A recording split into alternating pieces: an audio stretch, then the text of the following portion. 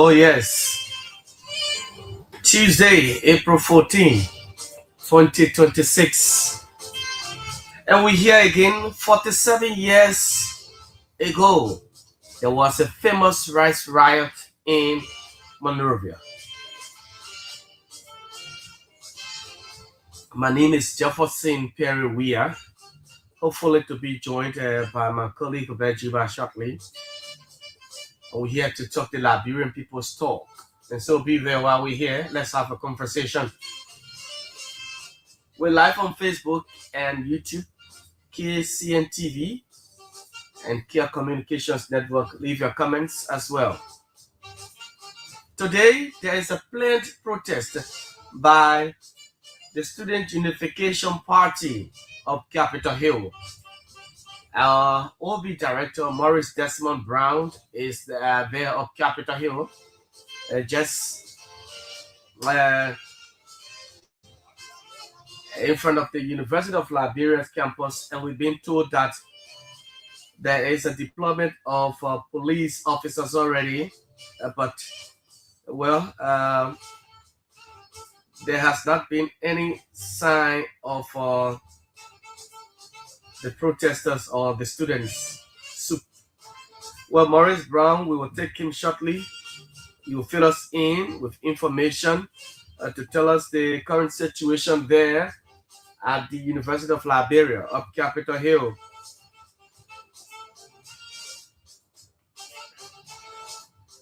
Deputy Speaker Thomas Falla,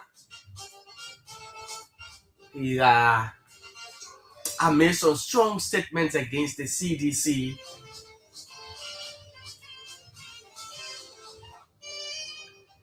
That the political party, the headquarters of the CDC, might turn into a law firm. Well, we'll talk about the statements made by the Deputy Speaker and other issues as well on the show. So be there while we're here. Let's have a conversation. It promises to be cool. Leave your comments, share the video, invite others to follow as well as we continue to rumble around these national issues on Kear Radio 95.9. The name is Jefferson Weah, a proud son of Grand Bassa County. And every morning, sometimes I will say, Bassa, you be a bit more. So I say this boy. And in my kissy fanagala, I say, Kisiala will say. I look in there. It means people slept well. If you can't speak your dialect, then sorry for you. Even if you could try just like me, try small in your bassa or your crew, your bandy. I know some bandy people, they can't even speak it. Somebody laughing, they can't speak the bandy say. Yeah. Blessing God is great. Can be struggling to speak her own dialect. She can try it.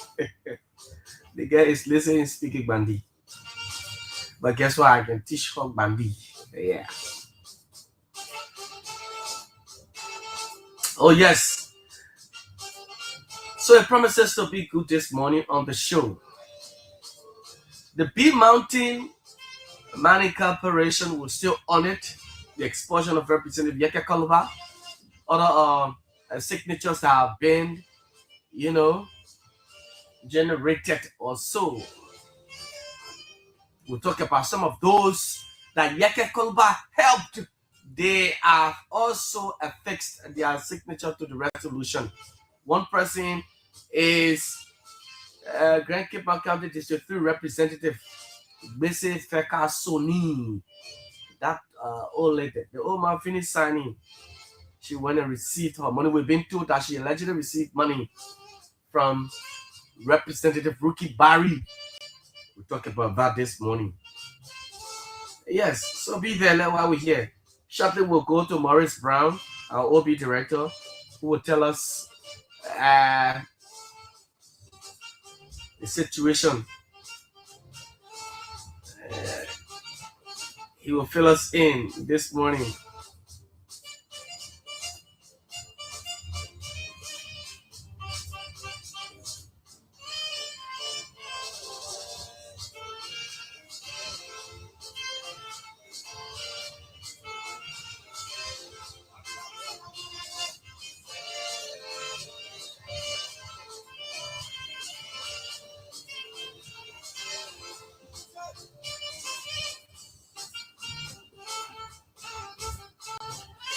Oh yes.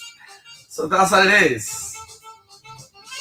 But let me tell you something, folks. It's good. It's good that we always come here, waking up in the morning, uh, energized. Sometimes, I mean, you leave work late and you get home before you take shower or so. Sometimes you're tired to even take a shower and to eat your own food. You're tired. Your partner might, sometimes some will feel maybe you ate outside and that's why you don't want to eat. But because the job you do, you spend the whole day at work, you talk, you get home 9, 10 in the evening, and sometimes you eat to even, go to the bathroom, and it's difficult for you, but that's the beauty of the job. So you just spend few hours to sleep, few hours, 4 o'clock, your alarm wakes you up, and you have to get prepared and you start getting ready to hit the road and and come to work. Okay. uh, so well, that's what it is. We continue to do what we do for the Liberian people because we believe in the Liberian people. But again, it is the beauty of the job. We like, share the video, go on Facebook. Just, a little share, maybe 2, 3, 4 groups you're in, or 5 or 10 groups you're in on Facebook. Share the videos that they show there. Then, you go to YouTube as well. You search KEAR, Kear Communications Network. You see us live. You leave a comment as well. Or you just highlight some of our comments. On our Facebook feed, you highlight it. You just put at highlight or at followers. It will draw the attention of your followers as well. At least so that they could listen to some of the things we're talking here. All right. And I'll say to you that when you do these things, it gives us the energy to do more because we're here for you. We're here for you. Those of you who always follow us from outside Monrovia, outside Montserrat, we so appreciate it. We're proud of you. You are, to reckon with. You are a very, strong force. Thank you so much for all you continue to do. And let's work together. Let's do this together. Let's make Liberia proud again, because indeed, this is our country. This is the motherland. This is where we cannot be deported from. What is happening up Capitol Hill? We'll go to Maurice Desmond Brown. Let me see if I can establish contact with our OB director, Maurice Desmond Brown.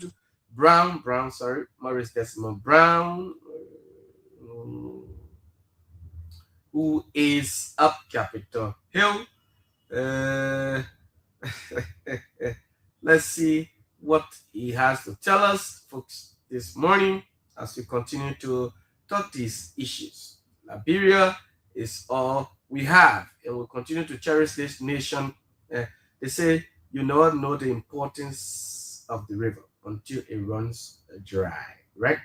You never know until it runs dry. And of course, that's what we continue to do here. We continue to hold fast to these things. Because for me, I know the importance. So I don't want it running dry. Yeah. I don't want it running dry. That's why I can hold my river. I can hold my river very tight. Yeah. Yeah. I hold that Bani river very tight because that river there has came one day. I now want that river to get dry. Yeah. Okay. But I'm trying to establish contact with Maurice Brown. Let me see if I can get our OB director. Yes, he will fill us in. I hope where is, I don't know. Well, we do it just like this, but yes, I was trying to get our OB, but thankfully the director has come he's back on base and he's about to tell us exactly what he saw this morning as he was up Capitol Hill, and today it's, like I said, exactly 47 years since 1979 the rest riot. On the 12th, the announcement was made, and then the minister, then Florence Chinwe, He said, "Oh yes, it goes $22 to $26," and then Marcus Matthews and his team. Then he was into advocacy, and I mean, it turned out the other way 2 days later. But Morris Brown is our, I think there's a feedback. Yeah, there's a feedback. Yeah. Where, let me see. I think the feedback we're having some interference. I don't know what. We can take a break. Yeah. But folks, let me take this break and be right back. Yes, let me take this break.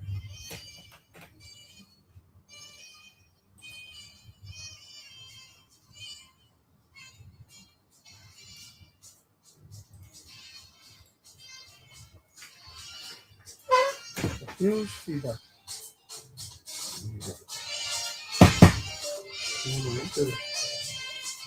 Stay there. Nothing yesterday.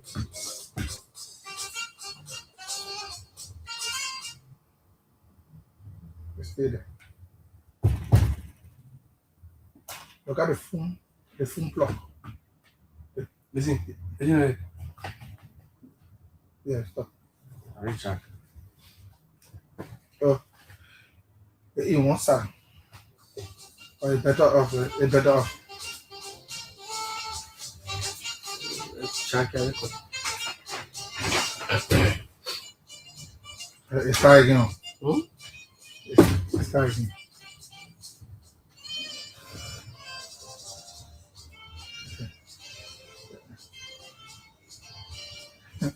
I think on our headphone. Yeah. Well, let me try the other one. See.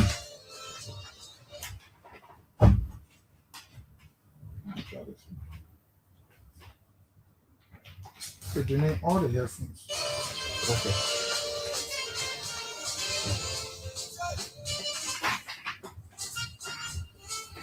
Yeah, sorry for that, folks. Okay.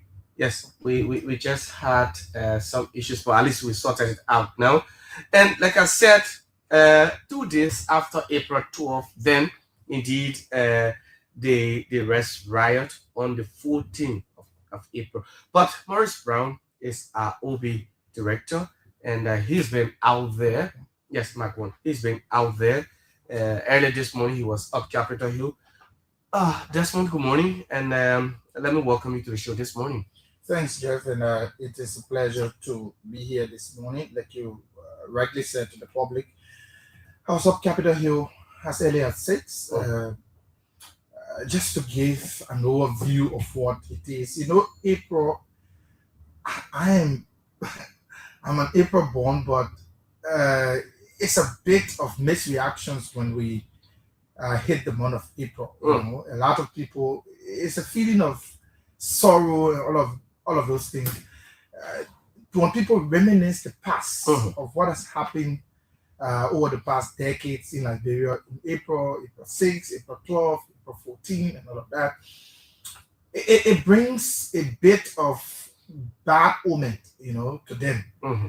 So when the Vanguard Student Unification Party announced a few weeks ago a mass protest up Capitol Hill for justice and for jobs, it claimed our attention. We've been following the situation. We saw the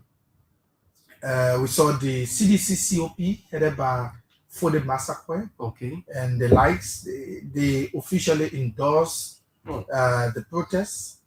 The latest came from Mr. Molba K. Molu, former CDC chairman and now chairman of Solidarity Trust for a New Day Stand. Yeah. They all endorsed the protests. We're looking forward to seeing what it will look like on today. I spoke to somebody from the Justice Ministry who would have asked that they should not be named. An official of the Justice Ministry have said they have not received a formal communication from the protesters. Okay. And that is a bit worrisome. Yeah, there is a reason why I say it's a bit worrisome. Yeah. Because our legal and our justice system, you know, the legal jurisprudence though yes, the Constitution says people have the right to assemble, to petition their lawmakers, and all of that. But it has become a norm. It has become a phenomenon in Liberia where people write the Justice Ministry. And like I was just saying earlier, Jeff, people write the Justice Ministry not for approval. Mm-hmm. A lot of people have misconstrued this. You don't write the Justice Ministry for approval, but you write the Justice Ministry to keep them in the know of what the protest will look like. Where will you be gathering? Okay. How is the protest organized in terms of march? Where will you be marching? How long will you be in the streets? Yeah. Now, when these informations are provided to the Justice Ministry, it gives clue to the Justice Ministry, because the Liberia National Police operates under the Ministry of Justice. Oh. It will give clue to the Justice Ministry to inform the police and say, we've gotten a communication about this group that wants to do X, Y, and Z. They will start their march at this point. They will march through at this point. They will leave the street at this time. We wanted to provide security for them so that there will be no intruder and there will be no form of violence, okay, that will be instituted. So that is the reason why people will want to inform the police, because you want police protection. Mm-hmm. You inform the Justice Ministry so that the Justice Ministry can provide that particular security oversight to making sure that the protest is peaceful. Because remember, Jeff, when protesters gather, mm-hmm, you're not the only people in the country. There are other people who are not part of the protest who want to do their normal, business, who want to go about their normal businesses. They want to do other things. Okay. So you cannot deprive them of their own right to, to go to where they want to go to. Mm. So the police will be there to make sure that you don't infringe on other people's right in terms of blocking the road. Jeff, I was on, let me divert a little bit. Yeah. I was on the road coming from San Nicole, coming towards Banga. As soon as you pass Phoebe a little bit. Yeah. In recent time, there have been this protest about Phoebe, there was a protest about people, nurses having dissatisfaction. Yes. Do you know what the people did? Oh. They took tires on the road and burned those tires on the road. It affected the road. When you reach to that stretch of the road I'm talking about, the quota is burned. So cars got to slow down before they pick up. Yeah. Now, all of these things, if the police are on the scene to make sure that these protesters are looked after, there will be no burning of tires, there will be no violent situation, because the police will curtail it. So that is why people write the Justice Ministry. So I went up Capitol Hill early because when I got the tip off that the Justice Ministry isn't in the know of the planned protest on today. Yes. I thought I could go up Capitol Hill to see how it looks like there. And like I reported, Jeff, the police have started deploying, and they have their men already well positioned. They are in defense of the Capitol building, gearing up and getting some, security briefing from their bosses, and they will deploy very soon. Yeah, and when I switch our camera in the fence, at the university, or in the fence of the University of Liberia, on the campuses of the University of Liberia, I saw people going about their normal businesses. Okay. Those who are going to work at the University of Liberia are going to work. Those who have classes this morning are going for their morning classes. So it is relatively kind. We don't know in succeeding hours what will come or what will suddenly. Remember, Mother Molu of Stand has endorsed this protest. The CDC Council of Patriots, they have endorsed the protest as well. So notably, it's 3 groups that will be protesting today. Where will they be protesting? It's not known. Where will they gather? It's not known. So let's brace ourselves and hope and pray for the better for Liberia in terms of peace. Okay. April, like I said, and like I started, it's not a very good month in terms of our country's history. Yeah. It has always been a dangling moment for our country in terms of most of the bad omens that happen in Liberia happen in April. And we know so. A lot of Liberians know that. So we're hoping for the better. But as it is, people are moving about their normal businesses up Capitol Hill. Cars are plying the route. Those that are going towards the Cinco, Congo Town end are moving smoothly. Those are coming to town through the Brush Streets are, of course, are having clear access. There is no blockage of road. The police isn't in any confrontational mood. They are just gathering and having briefings and all of that. But we hope for the better. And like I said before, you come in, Liberia belongs to all of us. Protests or no protests, Liberia will still remain. Sometimes we can have legit issues, The protest for jobs is in the interest of every Liberian, but how you conduct the protest matters. A lot of Liberians want job. Myself sitting here want a job too as well. Somebody will say, but ain't get a job already. Yeah, but every Liberian want a job. You understand? Yeah, every Liberian want a job. Sure. But the way you tailor your conversation and the actions that precedes your decision matters a lot. Okay. So it is a good gathering of people wanting the government to speed up the issue of creating jobs on young people, creating jobs. But like I said, the CDC was confronted with similar problem. People believe that the government, in the government circle, the government can provide jobs for all the citizens in government. No, not possible. Okay. Yeah. And the Unity Party is now confronted with similar realities. And we're just hoping for the better. The government can only open up the economy for investment.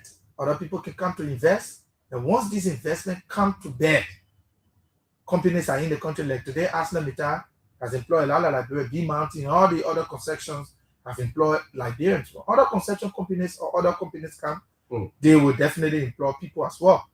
Now, they call for justice. Justice is not a pillow in our country that should be negotiated. Justice is part of our existence as Liberians. We must get justice. So the two key things they want to protest on are very essential.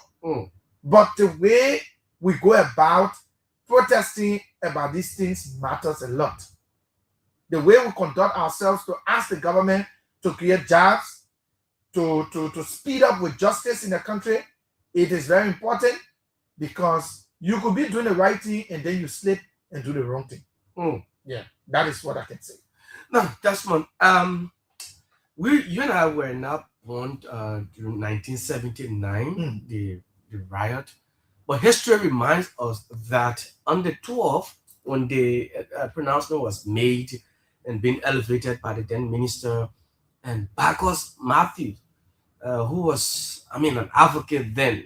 He had a civil rights group or so, civil society group called PAL, and then it was all about rice, Liberia's staple, and the people then, Liberians then believed that taking the rice price from $22 to $26, it was not in the interest of the ordinary people. They could not afford then, even though it was the big that we call the big bag that we don't normally see it now.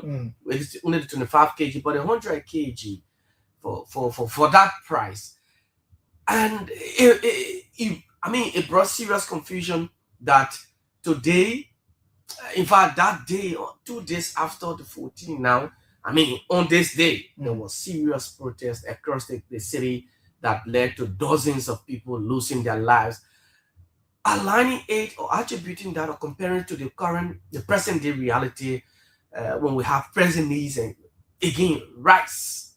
We see the price of rice, other commodity, prices going up, and Liberians complaining. What comes to your mind if government, is trying to make changes, and then other issues affect the lives of the people positively or negatively, or maybe government is not doing the way it's supposed to do for the people, and just to make its own pronouncement. Comparing those two to the current reality, what's your take? You see, Jeff, is a very nice question that you asked. But you see, our country, I was just reading through last night, and the government of Liberia, through the office of the president, have presented 45 million. 45 million, yeah, supplementary budget. Yeah. In that budget, Jeff, it will behoove you to know that agriculture got the lowest. Oh yeah, I saw that. In that supplementary budget. Now, so sometimes it's difficult to align Liberia's priority to what the politicians will say when they are campaigning. Of course. If you look at the arrest agenda, it got agriculture as a component in it. The very first one.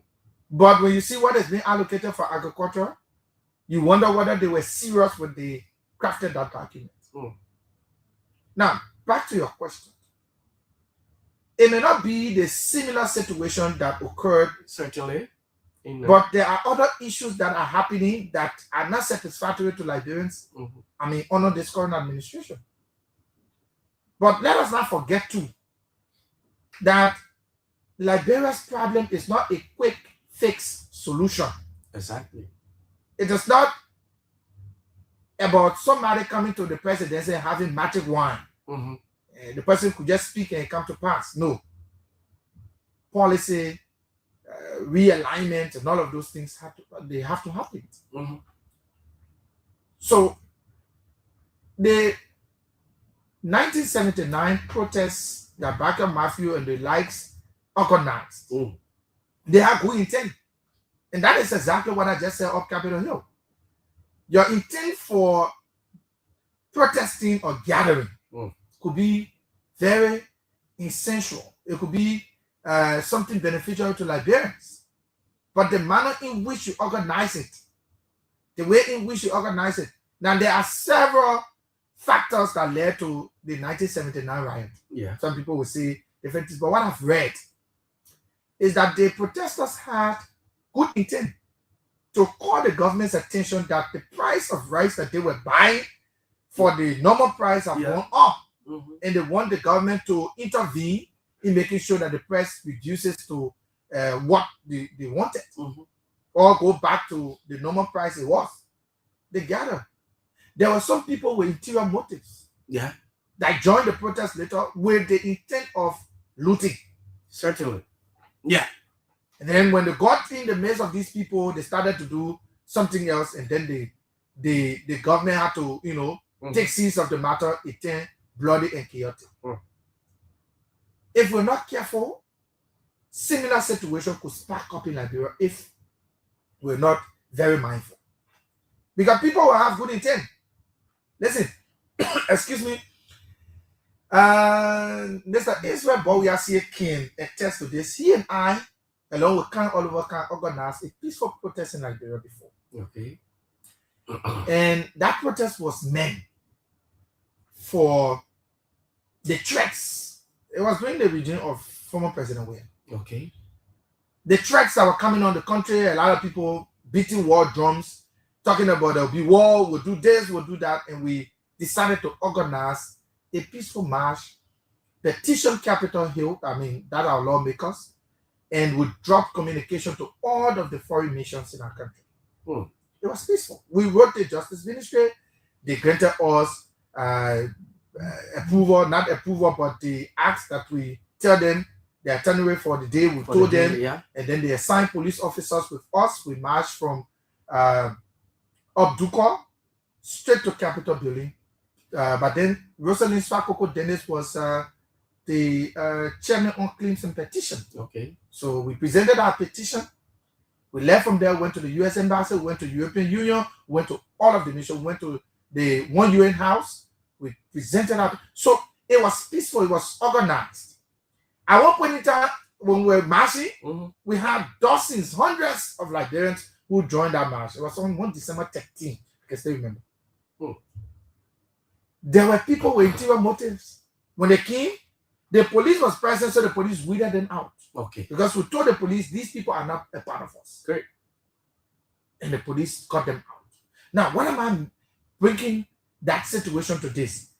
Jeff, if we're not careful as a country, with this too much protest, Liberia could slip down the road.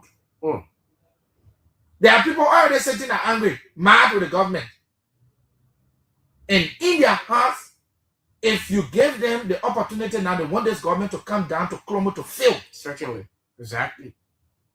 Which is not good for our country. When those people infiltrate that particular protest, do you know what will happen? It's going to be chaotic. So the way to go is to allow the police to be present. Because if you have a clear motive to say, we are only protesting for jobs, for the government to look into creating jobs for the ordinary people, and for justice. And those two things are key. Look, Jeff, if you have jobs in the country, people working, they too much less basic thing people doing, they don't want to be doing it. If you have justice that's uncompromising, people are getting justice at times. Yeah. Look, the country will move the way it should. There are two key important things that they want to protest on. But how they organize the protest matters here. Okay. It is a serious bottleneck. So 1979 people, they have good intent to go and tell the government, no, carry the respect back to what it was. If I should drop it. So carry the respect back. That was dinner. So we are calling your attention to this. Other people who had devilish intent join the team, they make it rowdy. It got rowdy. And at the end of the day, people's lives were lost. I don't know whether we as Liberians can reminisce on these things. So again, we urge the Vanguard Student Unification Party, if they are not rating the Justice Ministry, they need to go back and redo. Write the Justice Ministry, let the Justice Ministry know that you want to protest, tell them they are turning away for the day. We are gathering up on the campus of the University of Liberia at 9 o'clock. We will march from 9 o'clock, we'll march through the principal streets from down 9 o'clock. I'm just saying, for example, we'll run down to Broad Street, and then we'll come back up Capitol Hill, present our petition, and then at 3 o'clock, at 2 o'clock, at 12 o'clock, at 4 o'clock, at 5 o'clock, whatever time you choose, we will be out of the streets. Now, it is different from a demand to say we will not move until you provide jobs. Okay. We will not move until justice is served. It is different. So, and when that is done, I mean, it is almost a define, because these things that you are protesting on are not instantaneous. They're not issues that happen right away. If you say government should provide jobs, then the government go, the president say, okay, say the Vanguard Student Unification Party say we should provide jobs, we now declare 5,000 jobs available. Today, it will not happen like that. Sure. The government will have to look for ways to bring in investors that will invest, because government has got plenty of jobs to give. The civil servant, I think they want 68 or 70,000 civil servant. You can't go beyond that. If you go beyond that, you'll be blotting the payroll. Sure. And you don't have the money. So you can say justice. You have said justice today. It's these things are not even. They are process. There are processes involved. So for me, I think this country belongs to us. Let's do it in the best interest of the country. There are very people who want to do all of these things for should see the need, and they should be comfortable with the approach we take. And so we don't want to think about the past of how our country slipped down the road. Not like we don't want to pass that route anymore. Don't matter, Jeff. You think you want to be in a country where you will be towing low on your head, and then you reach somewhere, they say one small picking. I tell you, my ordeal. They're going 2003 war. Small picking up, I mean, just around the age of 10 years old. Small picking, I mean, then riding cycle, right around Lokita Cinema. Wow. Because see me on my low my head. We're moving from Simple Bridge, to go to town. To come in town. The begin say, look, you, when I look, cancel. I mean, I was training because you see the gun the begin have, that AK, right? It way down to his foot. A papa his foot say on the circle. Riding. I understand. Where in the low? Said nothing here, I get my clothes. Wow. That begin order me to loosen the clothes. I loosen the bono because you know how we used to tie the bono down. We had it there. We put the bono on our head. I loosen that clothes, he check, he didn't see anything. He told me to leave. So I walked faster and I left. You think I want that situation? I could burn that little boy. But because such a time, such a condition at that time, I could not argue with him. You think we want that situation? God forbid. That was not going to sleep that way anymore. Until we organize ourselves properly. If the government say do this, do it so that they will not have fault on you. Right now, the police I see, they are very peaceful in terms of, up Capitol Hill now. Okay. They're very peaceful. No protesters are out currently as we speak, but we're looking forward to seeing what happens. And we'll provide coverage. We encourage our people to stay glued to our online platform.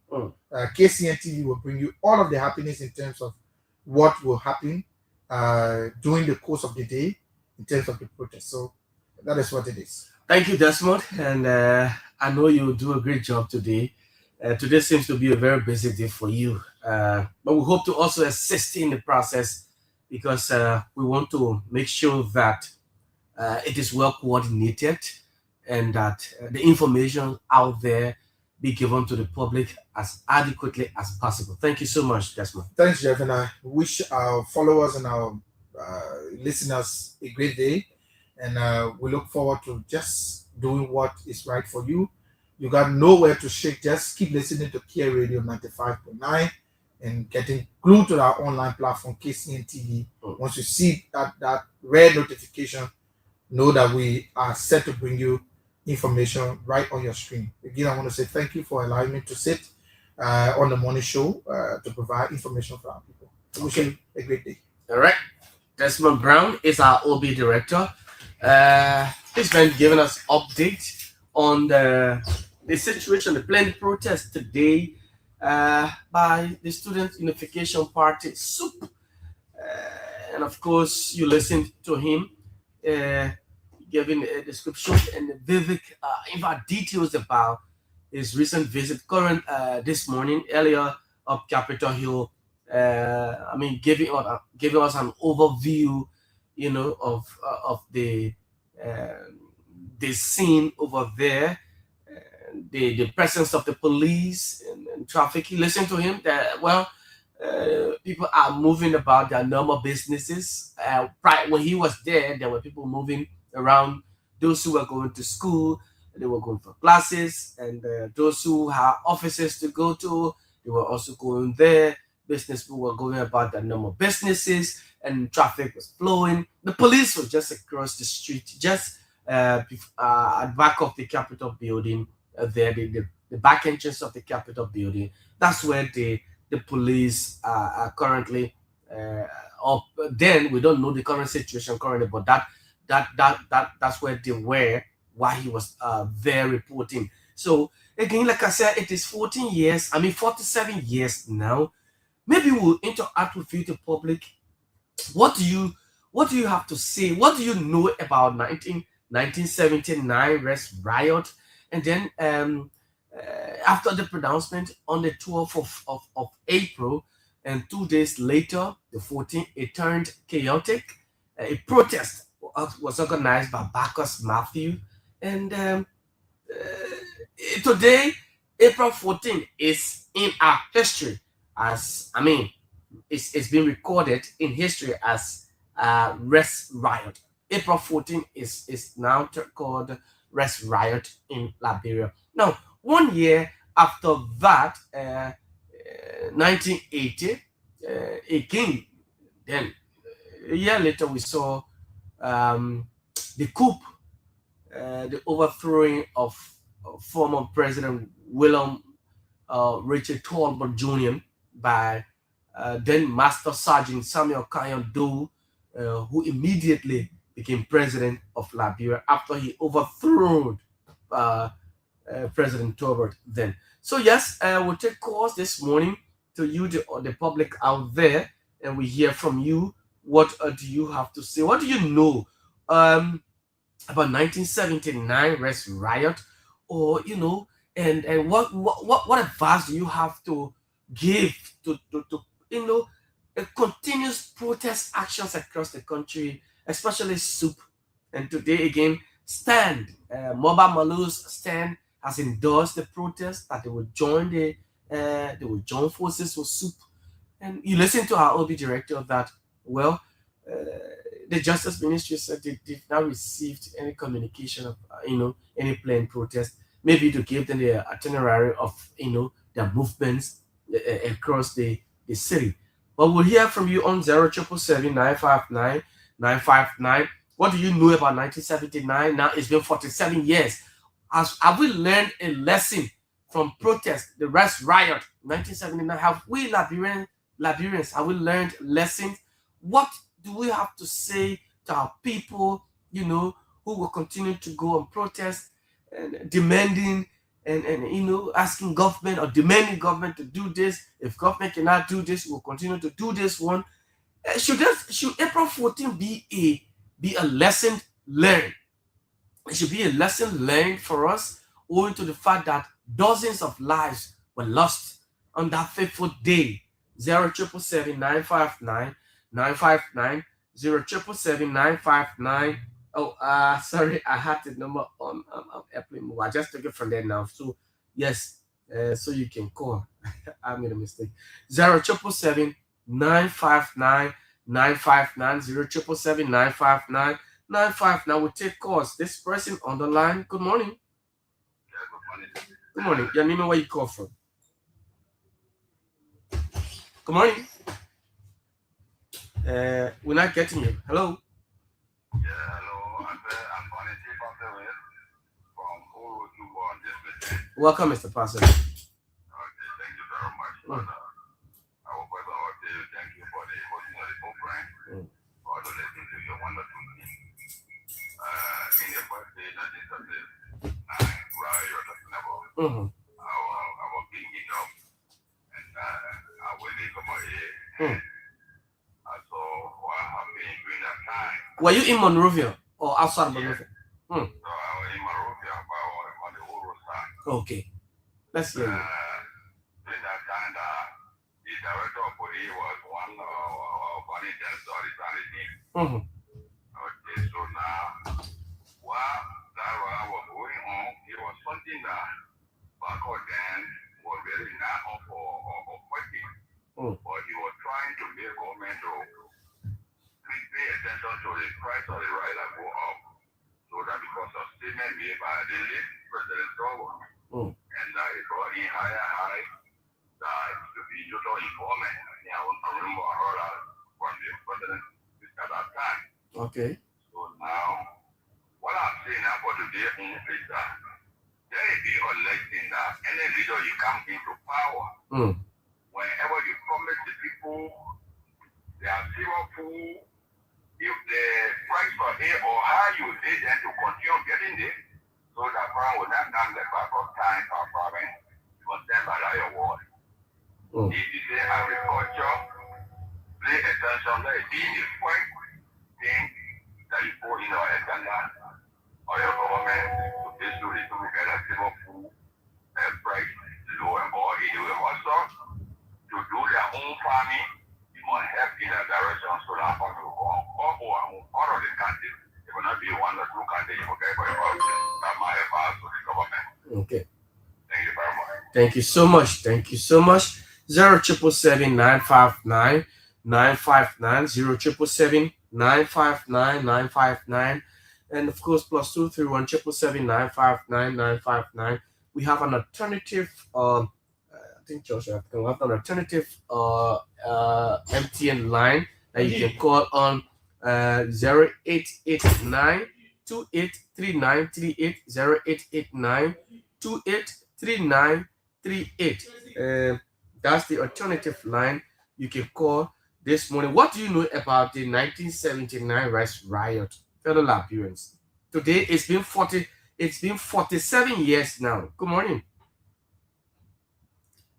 Yes, good morning. You're very low. Steven Yuma. Okay, you call from where?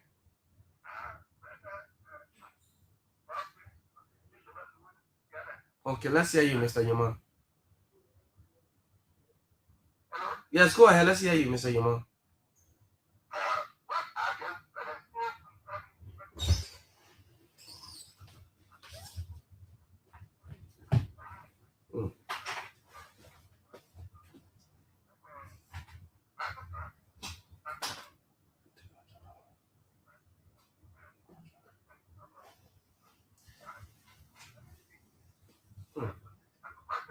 Mm. Mm. Yes, we're here. Go ahead.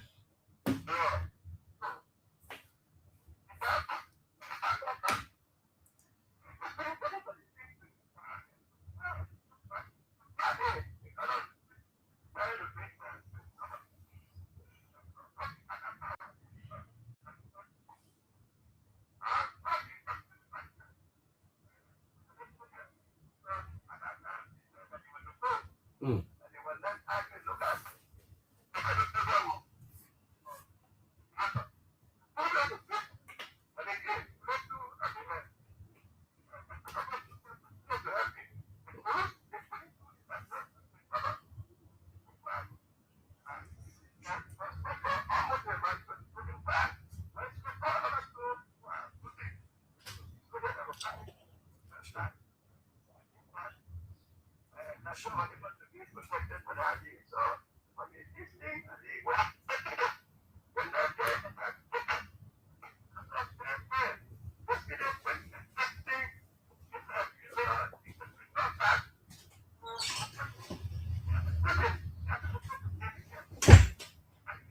Yeah.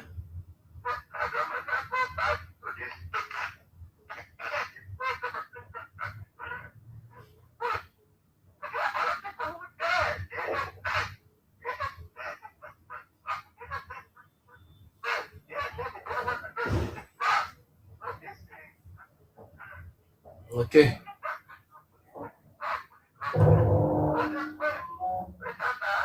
Okay.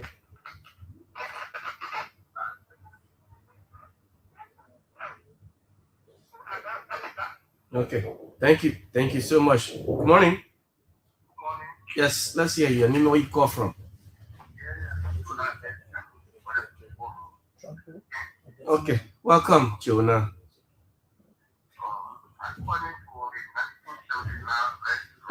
Mm-hmm.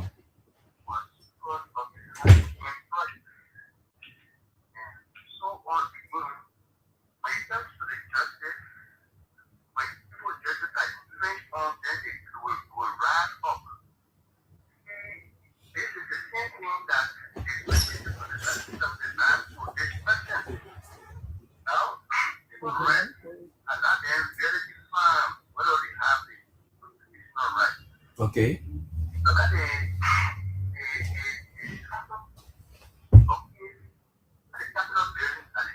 Mm.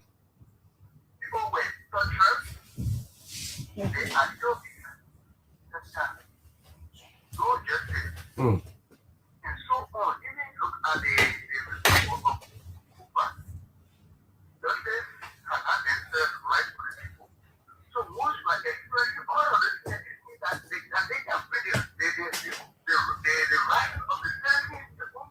Mm.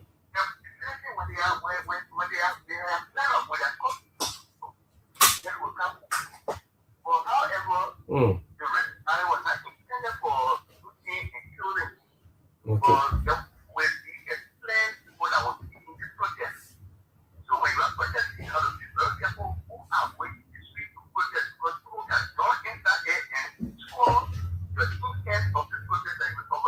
Mm.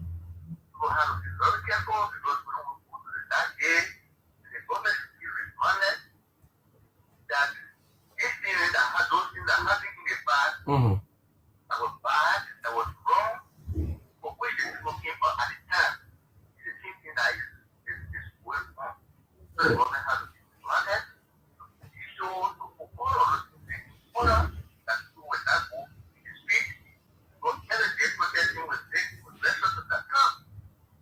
Mm.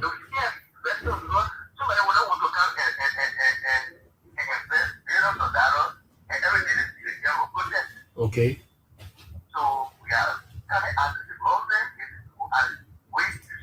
And then somebody, and the police should have very aspect them. Yes, he protected well. Thank you. Okay. All right. Okay. Thank you so much. 777-959-959 0777959-959 0777959-959. You telling me if I see bring your camera phone. Yeah. All right. So we're talking about the Rest Riot, federal Liberians, 1979. It's been 47 years since that incident took place, and today it's been recorded. Some of us were not born. We just learned about it in history, and history told us some of the things that happened. And maybe some of you who are just born, you were born maybe sometimes around just the early 2000, 2002, 2003, or maybe 2009. You hear about Rest Riot. What is Rest Riot? What is Rest Riot, and what have you? But it's good that our history can remind us on these things. What lesson have we learned as Liberians? Going about these things, having protests all across the country, across the city. All right. I mean, is this something that we Liberians can now stop? Good morning. Good morning. Yeah, you're in a very noisy environment.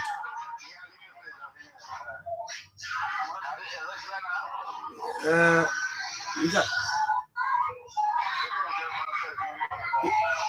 yeah. The feedback is too terrible. Where are you calling from? Go ahead. Let's hear you quickly. Okay. Reverend Tappe, what do you know about 1979?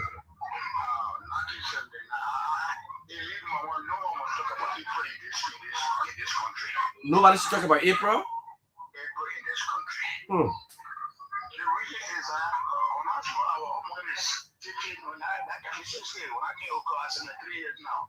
But what happened here, nobody will talk about April in this. April, if we need to sit down, Liberians need to sit down. When April reaches, they're going to help us, the people that come in. Because a lot of lies. Somebody look at somebody running to eat, just shooting. Even at that time, a soldier came from Satan. Like our body. And kill him.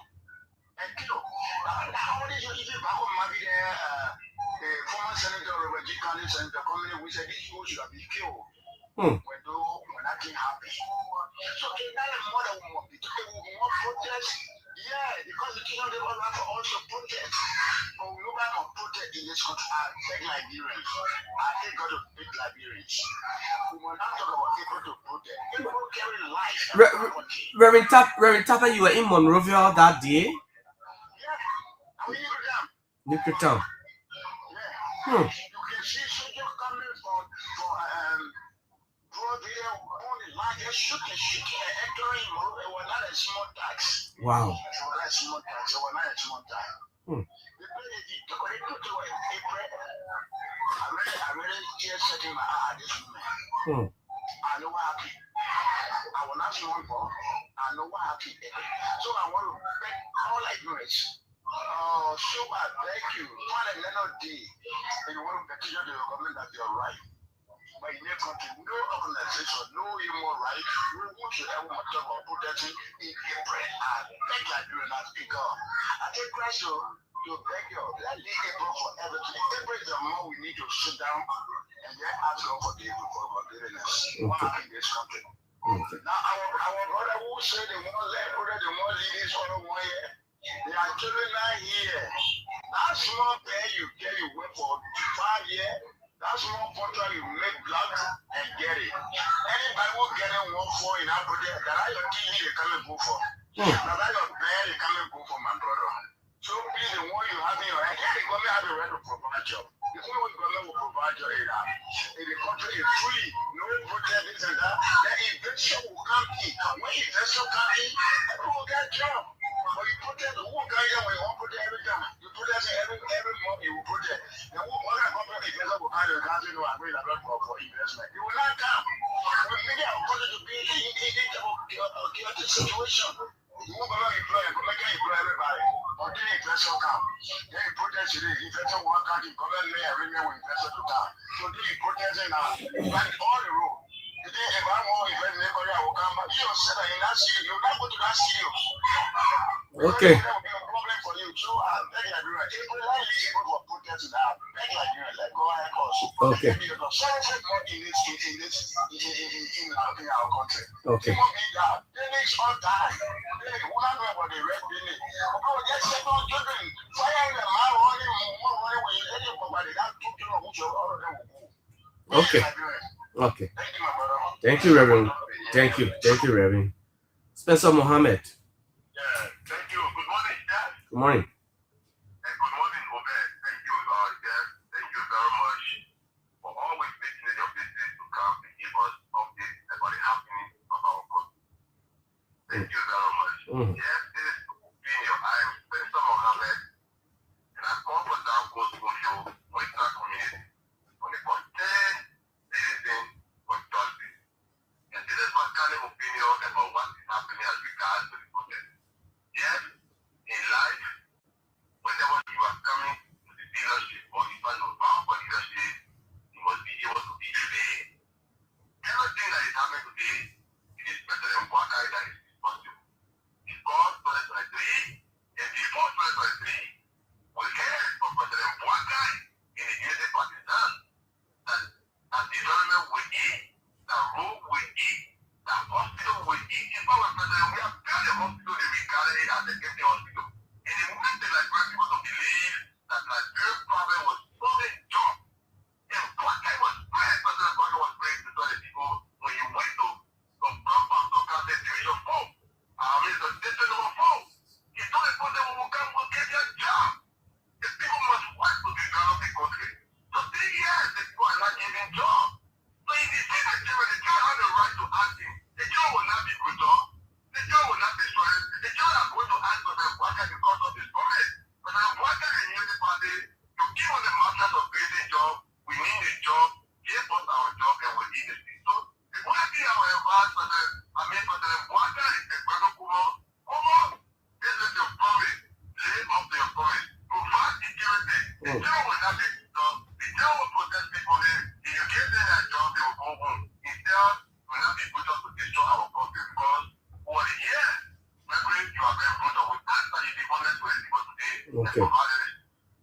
Thank you very much. Thank you. Thank you.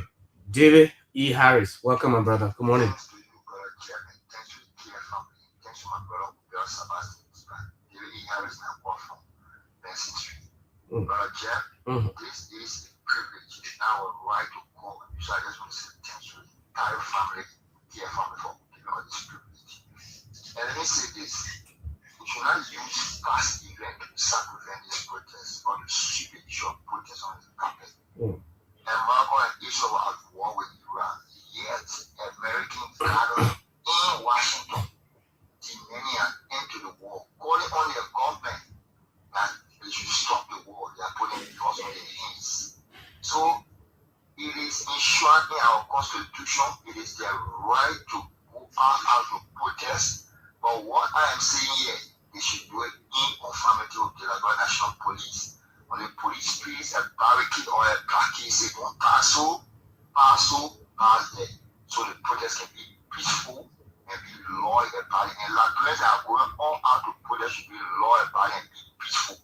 It is the responsibility of the Liberia National Police to provide security for those that are going out to go protest.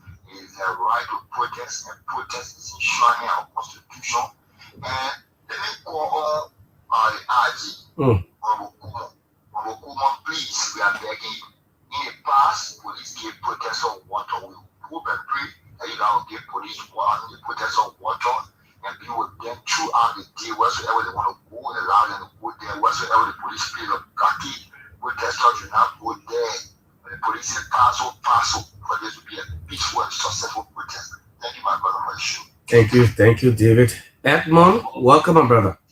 Thank you. Yeah, I'm the visionary pushing for the return of President. We are a member of the concerned Liberia for Justice. And These are the things that we talk about, the injustice in the country. But no, the only way that we will talk about the past should be able to remind the government of the day. The reason why every day there were protests in this country during President Weah 6 years, because he remember April 14th, what happened. So the only way that this day cannot always remember or remind us or has negative impact on us, we allow the people to conduct their peaceful assembly. And so June 7th, it was huge in this country. It does for all the major opposition at the time. Unity Party, ALP, ANC, LP. You know what it means? That day, June 7th, it was huge. So today, we cannot talk about April 14th because of the experience that we have during that time to deny people or exercising their constitutional right. No, the only thing we can say today, hey, we are going up there because we are with you, is that you should do it in accordance with the law. Okay. That is, be peaceful and present our plight. Because that is injustice for the people to be in country. There is no job. For the people to be in country where there is no job, when they are selling their biscuit on the street, police take it for the carry it. It is injustice that because you are in power and people were put in position during President Weah time, meaning all of them are sedition, immediately take over, you put all of them down. That is injustice. Okay. That's what we're talking about. Okay. April 14 came in life. This is a new dynamism of young people now that are thinking far ahead. We cannot put dancing in the street to protest for rights right now. But we are talking about you giving a job. Because when we get job, it doesn't matter the price the rent should be, we will be able to pay full rent for our family. Okay. That's what we are saying. Okay. So we are calling all such as the gather today, let them go up peacefully. The police gave the people change. You have proved that over the years, say the senator of the general of this government, that you don't want to give people the chance to protest. That I can believe, that I can bring the creative situation. Okay. And then let them protest, let them say what they want to say, okay, so the public can be able to listen. Thank you. Thank you, Edma. Mohammed Donso, welcome. Mohammed, are you there? Donso, are you there? It seems we're not getting Mohammed. Alvin, welcome. Yeah, Alvin, you're live. Hello. Yeah, you live, Alvin. Let's hear you. Yeah, I'm Alvin Johnson calling from Togo District 4. You see, the country, we gotta be careful with the government because the people keep taking away the local content issue and then trying to bring in different issues not related to the things that were happening in local. The issue that had to do with the guy that was shot. I keep saying it. Up to now, human is still keeping a job. Up to now, the president has not said nothing. And they are running around with other issue. That's not an issue. The issue there is for the government to pay attention to that border. It's for the government to pay attention to that border. The government should take the problem for the border. The government should face the things that are happening over there. It's serious. As I'm speaking for my souls, the people building their how they call it, the immigration booth. So the thing is serious. Government won't pay all the people so that when the people forget, the people settle their permanently, then they say, oh, yeah, the people taking about it, they're busy. Okay. So the government should be releasing statement. Thank you, Alvin. The president should be sending the military over there to take charge of that situation. Okay. Nobody say people need to fight, but the president, I think he need to be impeached. Okay. All right. Thank you. Thank you. Let's take Jerry Candy. Jerry, good morning, my dear brother. Welcome. Yeah, good morning. Yeah, good morning to the listening public. And a special one for your co-host. this is this is where we want our job. This is what we want for our people. But let me tell you, even in the West, what they tell you is there are opportunities, right? Mm-hmm. There are also jobless people that they just have some people who want to be jobless. Anyhow you do it, they actually want to be jobless. Some people are just very serious. Let's go to the protest. See who's protesting. If I was just one of the stakeholders in this country, I wouldn't even make the institution to have any protest. When was the last time you saw soup gallery and peacefully and debating peacefully? It has never been in the history. I don't know what it has happened. I tend to be corrected. See who's going to protest. There's somebody else saying it is protest. The first thing they have to look at your record. Why do you think that before traveling they will ask you for your police clearance and what have you? They want to know your record before getting into another person's country.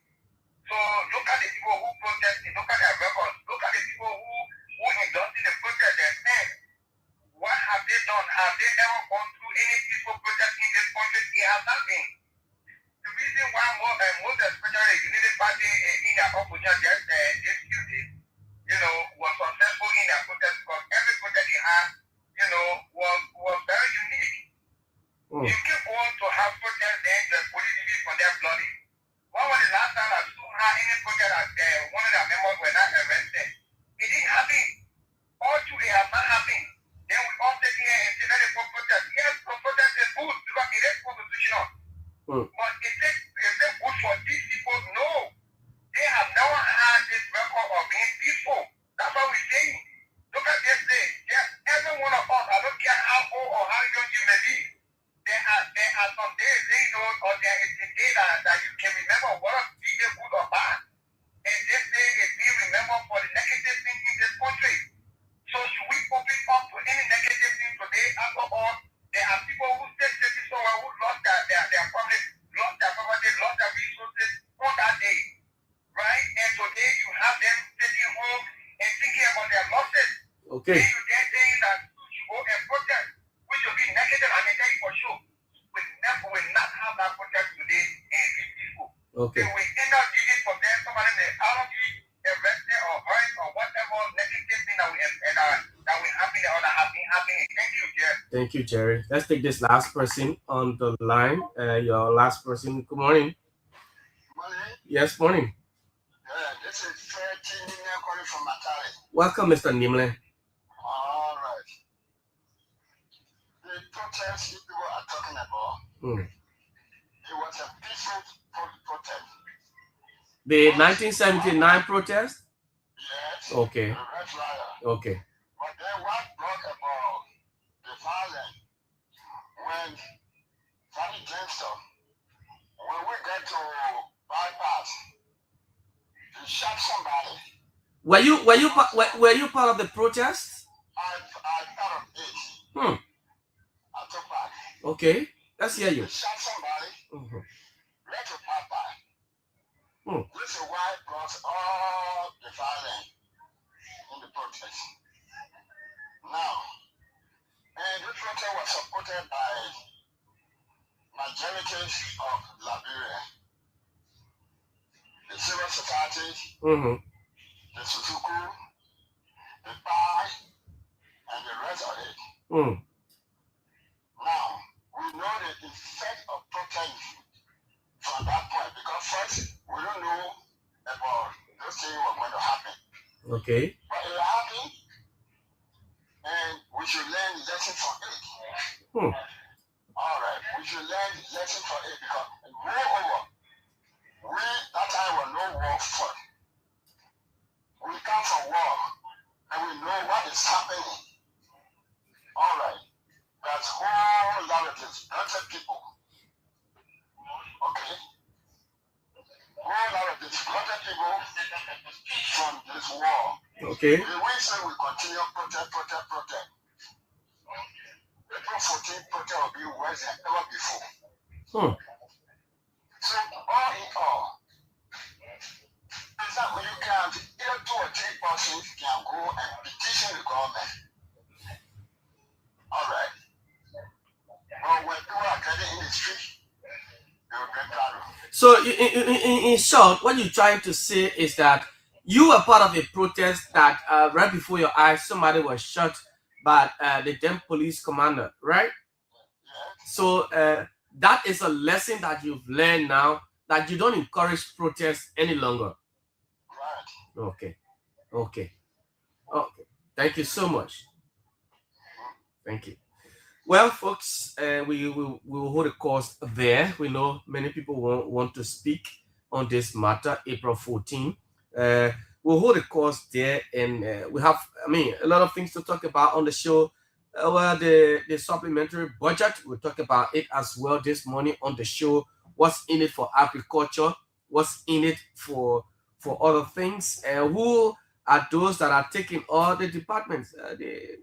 Those institutions that are taking a huge portion of the budget, and we're going to talk about that this morning as well. The supplementary budget, let me make it clear, not the national budget, the supplementary budget. So we'll talk about that. But let me close on this before my colleague Obed comes in.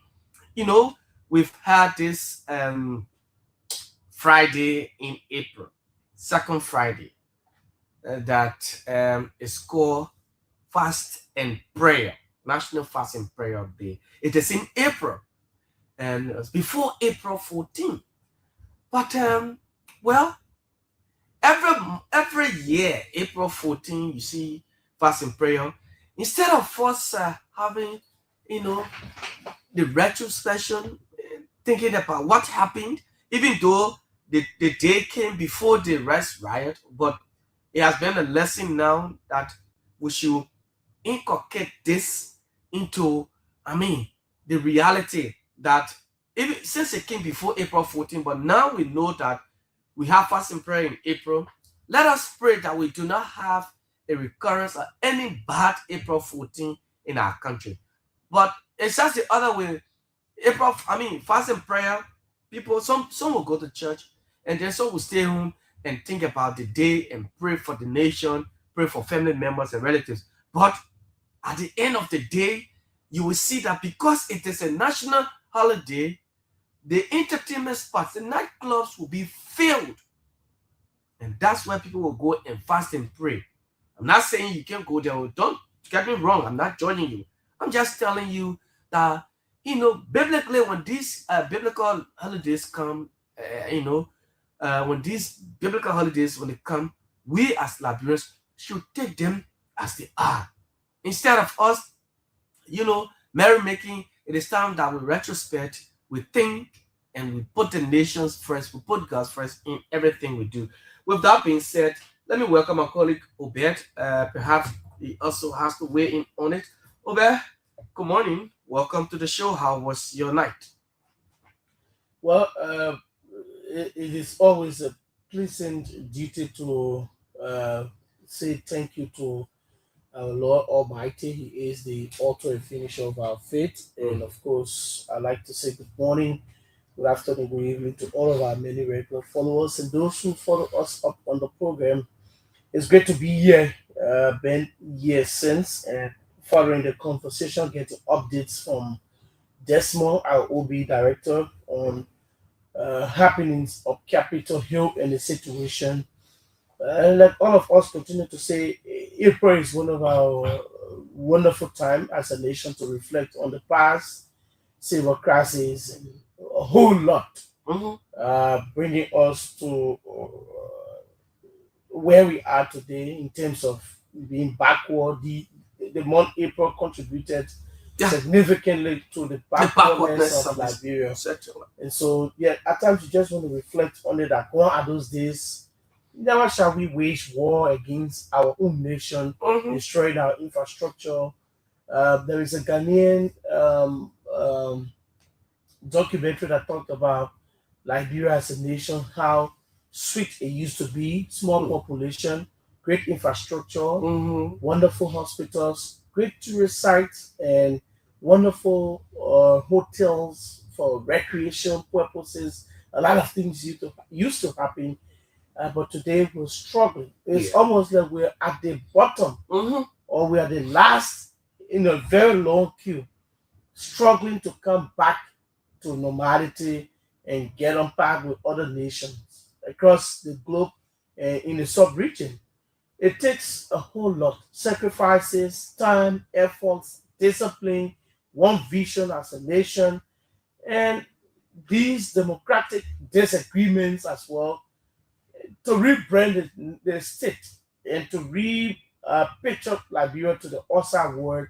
There are people who still hold some perceptions out there about what Liberia looks like. In recent time, I have a few friends in the country, and then they were saying, "Oh, but they say you people eat dogs. Yeah, true out in your country. I do not see dogs outside." So I say, "Yeah, but you will stop it in a hotel, and then dogs are in our compounds. They're in the communities. When you travel to countries, sometimes leave the hotel, go in the rural areas or in the communities, and you experience the real life." She said, "That's what I was told. So I'm not going to eat any meat until I return." I said, "No, you have to try it. We have real meat here as well." So that's a perception. And then the other guy from Zambia said, that is his people actually told him to be careful because we eat human being a lot here in Liberia. So there is also negative perception. How do we tell our story, the Liberian story, out there? You know, when speed came to Africa, there was a different picture. The Westerners taught their children in schools that Africa is some forest that has no life, different kind of people that are not up to the task in terms of civilization, and they do not use technology. If you saw the documentary, one of the school-going kids said, thanks to our show Speed for opening up Africa to us. Beautiful continent, wonderful nations, good people, great food, great reception, great recreation, technology, and they also reached people in Africa. It was because of his African tour that exposed Africa as well to the globe to some extent, our unique culture and a whole lot. But today, well, we haven't had the time to expose the Liberian uniqueness to the world. It's all about CDC come and castigate the Unity Party come to power, and then they feel that it's good. CDC shouldn't castigate them or shouldn't critique them. That is just a normal culture. At times we say reconciliation. We call for reconciliatory meeting. It is different. President throwing jab at the president. He was vice president. He threw jab at the president, current president. Now he's president. The former president also throwing jab at him. So where is the uniqueness, as a nation, judging from our past history, bad history of war, rest riot, disenchantment, dissatisfaction? Certain group of people feel entitled to the state than the others, and that's dissatisfaction that brings in revolution. When certain group of people feel abandoned, you have a long history of war. At the time, you have tribal conflict as well. We kick against ethnicity. The Crown men, the Kear men. Today, you see that the Crown people, the Kear people, they're uniting. So we're getting there gradually, and we say to ourselves, let's stop certain things that could feel conflict in our country. Yes, April, we could put aside all of the dates in April, April 6, April 14, April this, April that, and talk about these things. Sometimes it's good to remember that, like one of the callers said, no, we shouldn't talk about April. It's good to talk about April and say to ourselves, we don't want to go there. Some of us, or some of you listening, would have been million years today. If we never had senseless years of civil unrest. Like if you open up the phone lines and for somebody to tell you, what did the war do to you? What is the impact of the war on you in Liberia, the war that fought? Today, people are uneducated due to the war. Today, people have no parents due to the war. Some of them properties, you have your properties, but the border destroy it, damage it, and you have no savings. Some people have savings in banks. They cannot locate their accounts today because of the war. Do we still want to continue on that path? Sometimes people who born in the 90s, they did not experience war, for example, the late 90s or so. And then when they hear about it, you say, oh, how war looking? You don't want to pray for it. Of course you don't. Because straight border, no politician or young or older person. Oh yeah. 200 or 25,000 people or whatsoever, 250,000 lost their lives in this country. It means a whole lot. That particular population would have added to our current population and make the country great. We killed president in this country, live on camera. People, a whole lot. Children being used. Too bad. That 14 years impact is still on the nation, Jeff. That 14 years of senseless unrest is still on the nation. It is. That's why you see most of the people in the street, violent situation. People just angry. People, the cultural value of our state is lacking in this dispensation because of the impact and effect of the war. What are the old people or the young people? The behavioral patterns in people speaks a whole lot. And that is the effect of a nation that goes to war every time, that fight because of these things. How do we rewrite our history and change? Yeah, we're in a modern world, but before, when we were coming up, I mean, it used to be different from what it is today. Now, we say the Gen Z, right? There's a Gen Z generation. And so the young people, group of young people now say, oh, this is Gen Z. We're not in an old school and old age era. Sometimes you see a kid sitting down while an elderly person, or even someone who's older than them, just a year standing up on them. And they're like, morning time, Papa, you go to your own chair. The way we greet our elderly people, the way we do things as a nation, our tradition is, maybe I think we need to reintroduce, say it in school, so that we can get used to learning about culture and basic things, social studies, right? So we can get used to learning about these things happening, our history, and how do we go about some of these things. If you see a Liberian man out there, how do you identify that person as a Liberian? Sometimes people say that people that are American people. Oh yes, it is difficult to identify the Liberian man so easily. Yeah, because we're so used to the suit and tie, and then other countries, we see a Nigerian man, you see Ghanaian man, yeah. You see this other person, you tell the person should come from this nation. So there's a whole lot. Let's preach peace, reconciliation. Yes, we're not saying we cannot disagree. We should disagree with each other, but let's do more talking in terms of our disagreement and not to run back to the bushes to wage war on our country, to wish our country evil. Equally so, government bears the greatest responsibility as well. If anything goes wrong, if the government is insensitive to the plight of the ordinary people, there will be issues. Some group of people can be in the country, only they get access to the national resources, the money, cash. While the rest of the group of people, they are stagnated, they're in poverty. Yeah. They're sitting somewhere and cannot afford even 1 meal a day. And you say that those people, there will come a time they will agitate.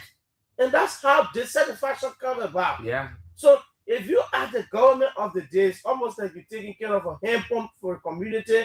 You must allow households of those communities to draw from the well, to have water at homes. Of course. But Jeff, the hardship, the economic difficulties in this country today, as we speak, has created paralysis in the lives of the ordinary people. Oh yeah. And that, nobody needs to intellectualize suffering.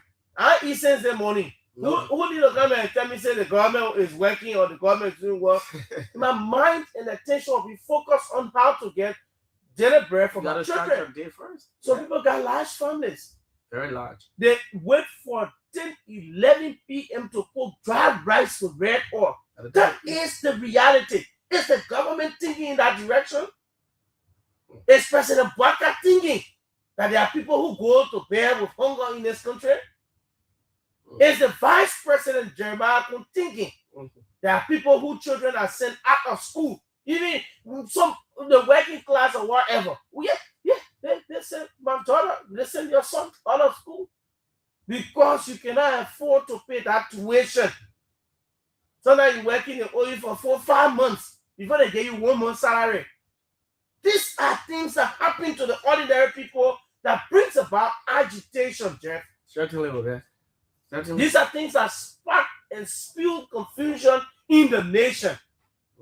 That these lawmakers are riding their vehicles. They're getting gas from domestic revenue, mobilization, and generation.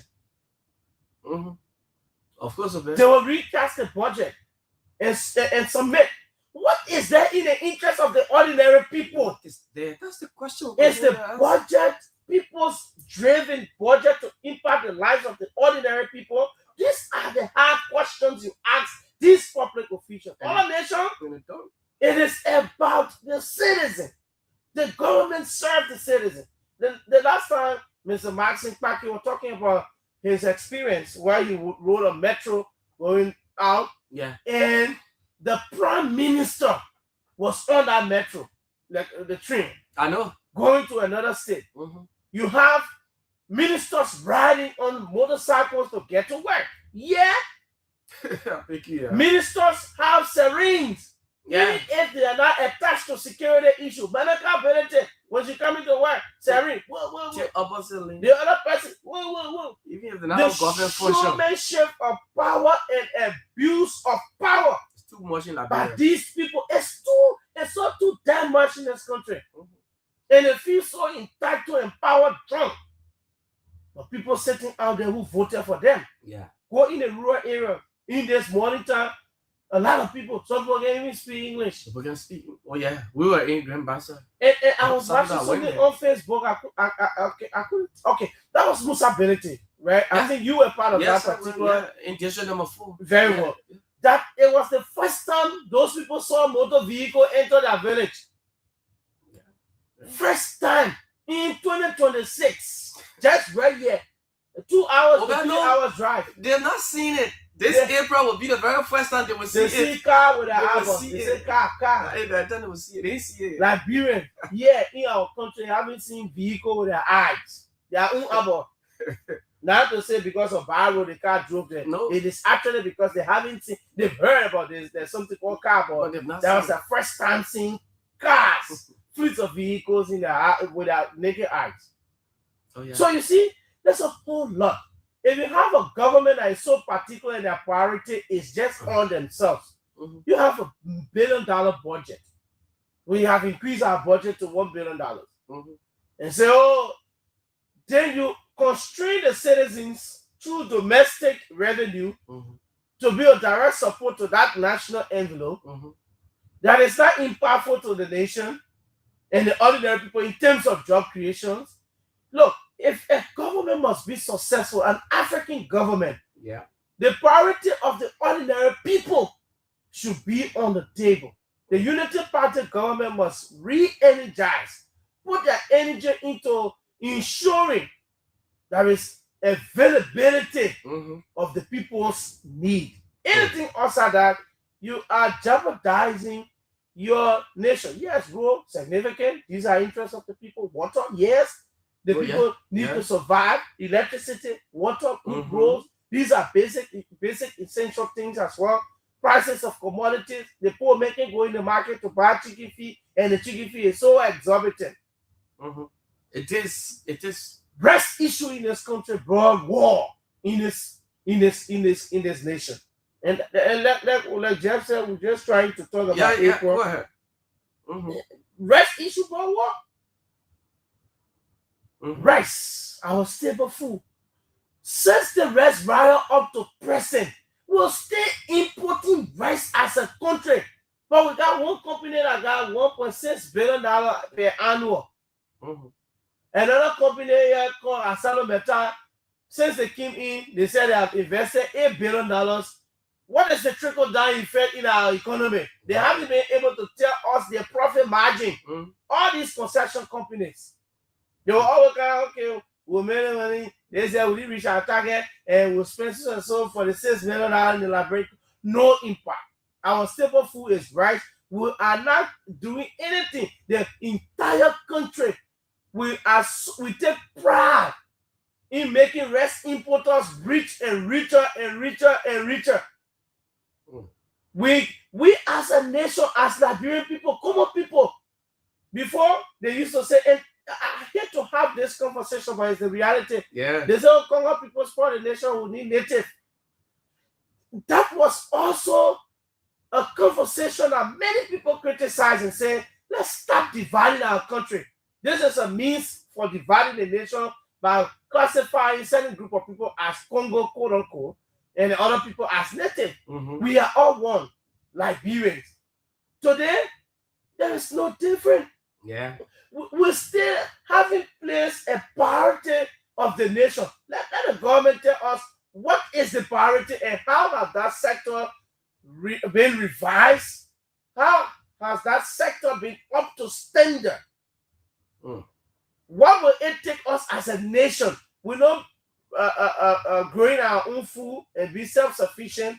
It is not a miracle that you come and test the agricultural sector and say, let there be rice farm, there will be rice farm. But if it's the government's plan, I don't know what these presidents and officials who tend to be technocratic, that kind of power, and it's the same old thing. Yesterday we talked about recast budget. Unity Party kind of recast budget. Yeah. Macroeconomic stability under the CDC. Today we talk about this one. In fact, they have technical economic management team. All of these big book and economic jargon. Today we're still struggling, and the Unity Party government has made a proposal to print $79 billion. Yeah. Liberian dollars. Yeah. Are we trying to gamble the country from now to 2029, 2030?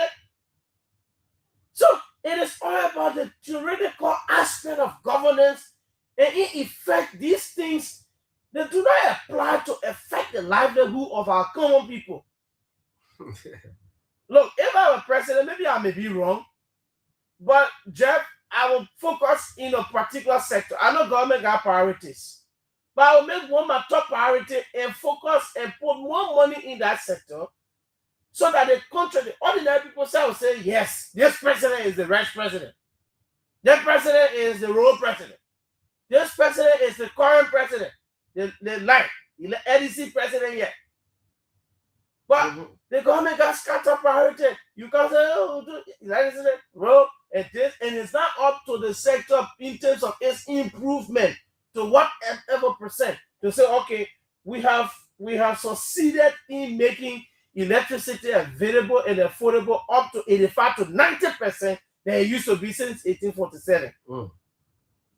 Yeah. Every time I've seen one story rationing the current, you get current for 4 hours. This time, look, it's so difficult to defend.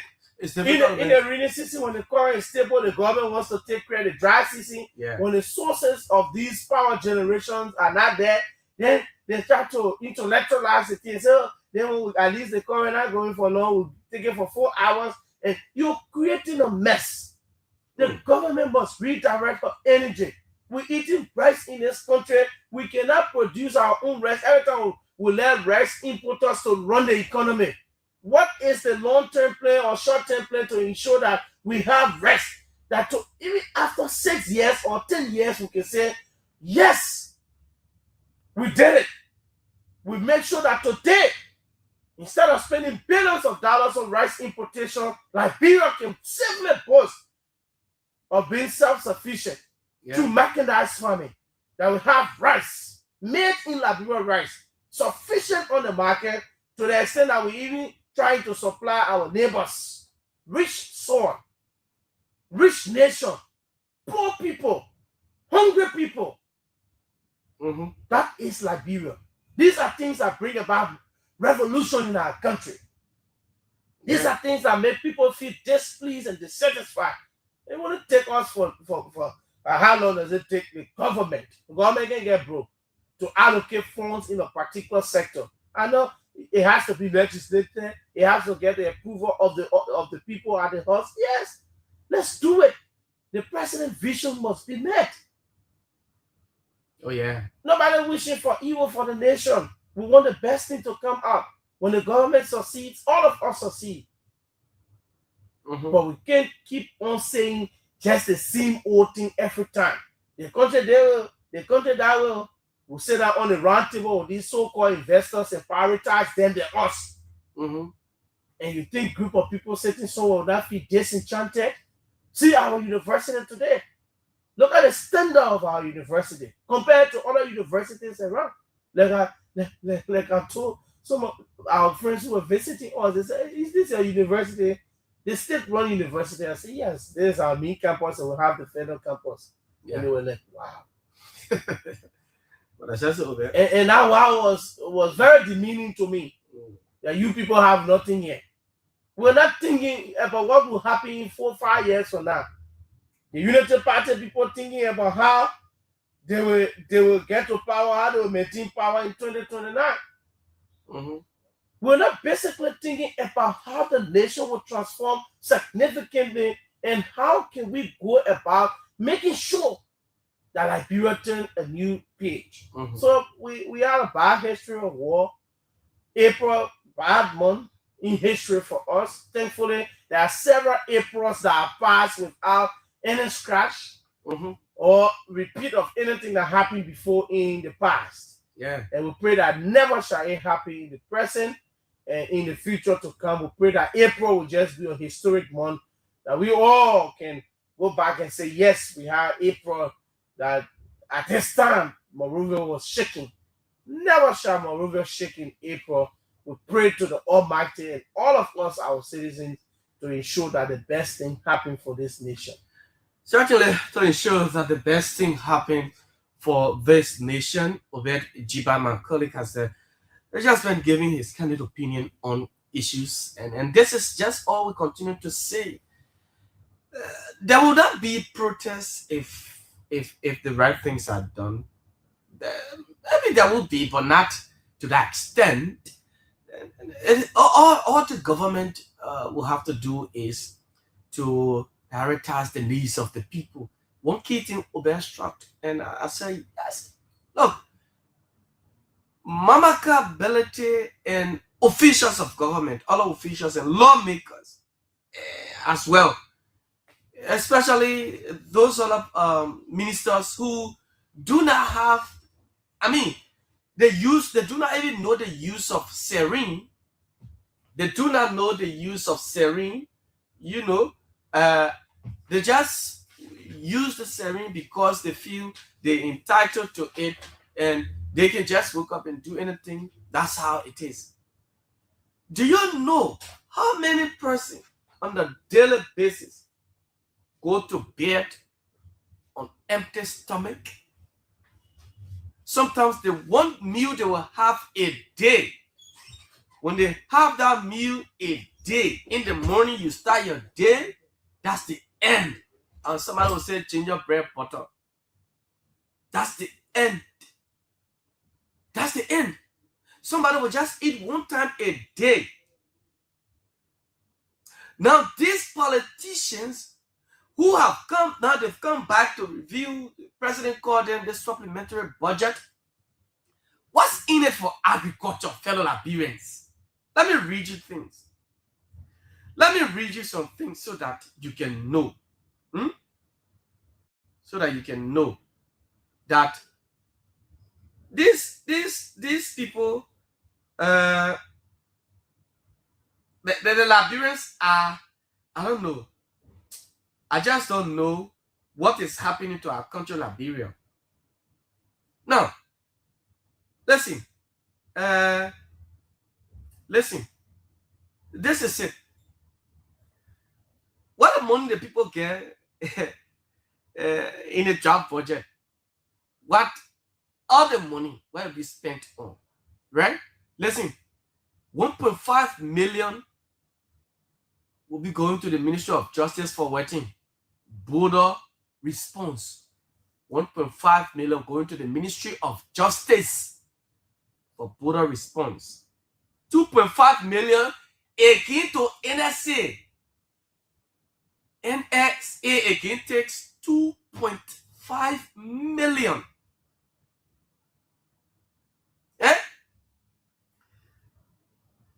$600,000 to defense for recruitment and equipment. Imagine the army, the supplementary budget only captured $600,000 when the army does not even have equipment. But you give them $600,000 for recruitment and equipment. When young people in this country want to join the army, but the government or the Ministry of Defense has set up criteria, you must be a high school graduate. College graduate or college degree is an added advantage. But it gets $600,000, less than $1 million to defense for recruitment and equipment. Look at Armed Forces Day. What do you see when the army is parading? What do you see? What do you see? When Guinea, when this situation started in March of last on the 9th of March last month, what happened? What did you see in Guinea? You saw the Guinean president. He displayed his power, his equipment, his logistical equipment.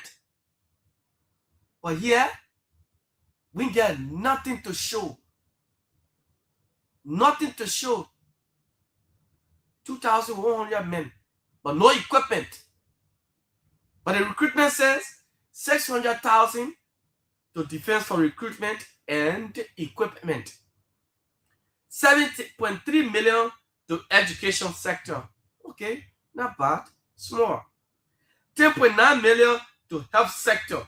Okay, $11.4 million to public administration. Public administration, $11.4 million. Then listen now. Listen. You see? You see why we'll continue to import rice? We'll continue to tell you that these so-called politicians, government officials, and this so-called rescue government does not have interest in agriculture, even though President Baka has set up as Minister of Agriculture here. But look at what is in the supplementary budget for agriculture. $500,000. Are you for real in this country? $500,000 again? Agriculture? Agriculture. These people believe that the locally made rice, the locally produced rice will not help. It's nothing. Agriculture under President Baka, look, let me tell you, will not improve. Will not improve. So those people, look at this. The people in Lofa, the Solomba area, now the whole Solomba region, the Solomba township, farming activities, and those local NGOs that were supporting farming activities in the Solomba township there now, all of those activities, all those NGOs now, they're not doing anything. But $500,000 is just a minimum. Just a peanut. $500,000 has been given to agriculture, to the sector. When the people in Foya, they're not doing their farming, they're sitting home. Then you take a little peanut out of 45 million. You get NSA 2.5 million. You get NSA 2.5 million. You get infrastructure and basic services, $7.6 million. $7.6 million. $1.5 million to the Ministry of Justice for border response. But the Ministry of Defense get $600,000 for recruitment. And look, let me tell you something. We continue to say this and say this and say this. In this country, Liberia, I see agriculture die under President Baka. Let me tell you this. Under President Baka, this is a president who, by the time he took over, while he was vice president for 12 years, how many persons knew President Baka's farm? How many persons saw the then vice president's farm? Baka when he was vice president. But by the time he became president of Liberia, he started running to Bomi, to Bapolu, to show his farm to the public. What is there? The farm that the president has.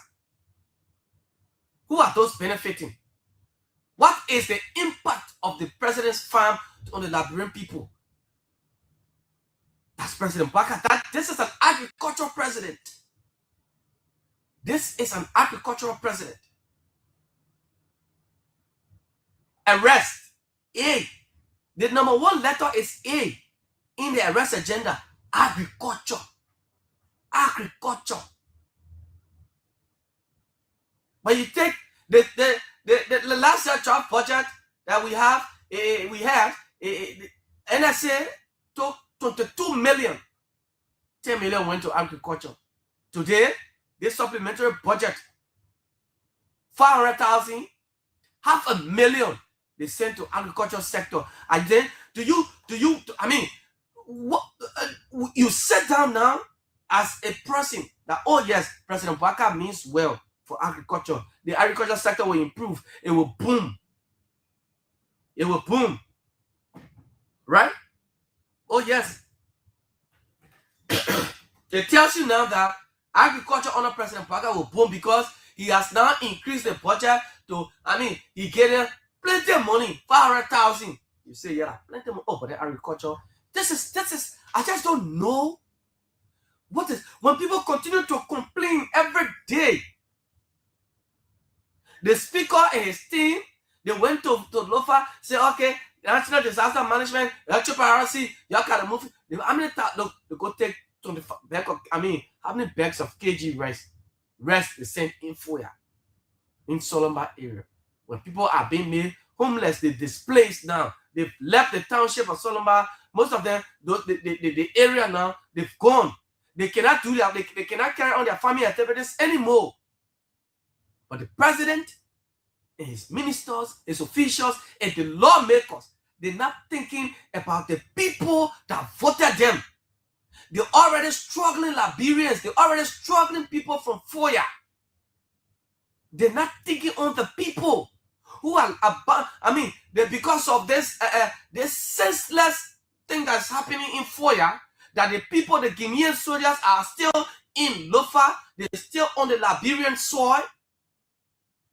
They're not thinking on it. The people cannot go over to do their farming activities. They can't do anything but 500,000, a peanut put for agriculture. What kind of rescue government is this? What kind of rescue government is this? What kind of rescue government is this? Are you for real? Liberians go, how do it, with all of these things, do you think, then you complain? Sometimes we said on the radio, we journalists too, oh yes, I said it, that the city is densely populated. And yes, the city is populated. People left in the rural part, they came to the city, they want to go back. But you tell people, say, some of y'all, by the time you open the lands, the city park, oh yeah, go back in the bush. People want to go back and carry on their farming activities. But how would they go back when the government is not prioritizing the agricultural sector? The government is not prioritizing the agricultural sector. I said something on the radio the other day. We import rice from China, from India, from Pakistan, and other countries. Why not go to China instead of saying, okay, we want rice? Why not, go to China, agriculture minister, President Baka and his team, visit China and say, you know what? You have equipment, you have this machine. Liberia has a very good land. We have a very good soil that, once you plant anything, any crop you plant rice, it will increase. Come to our country, come and invest into our sector, agriculture sector. You know what? Bring your equipment. All we want you to do, train our people, do this, show us how to produce the rice as well, and just do it the way you have it here. Why not do it? But the government of the day is not thinking. All they care about is for their big bellies to grow. When their big bellies grow, they take government vehicles, go to hotels, go to entertainment spots, nightclubs at night, and spend the Liberian people money just like that. Because they don't care. They don't care. How many officials of government in this country you see have their farms, that the farms are impacting, are benefiting Liberians? They make their locally made rice and then they bring it on the market and say, this rice is for sale. Let's eat our own rice. How many? Even the entire Ministry of Agriculture. How many people, how many employees over there at the Ministry of Agriculture or the ministers, they have their own farms? How many of them have their gardens? How many of them are investing in agriculture?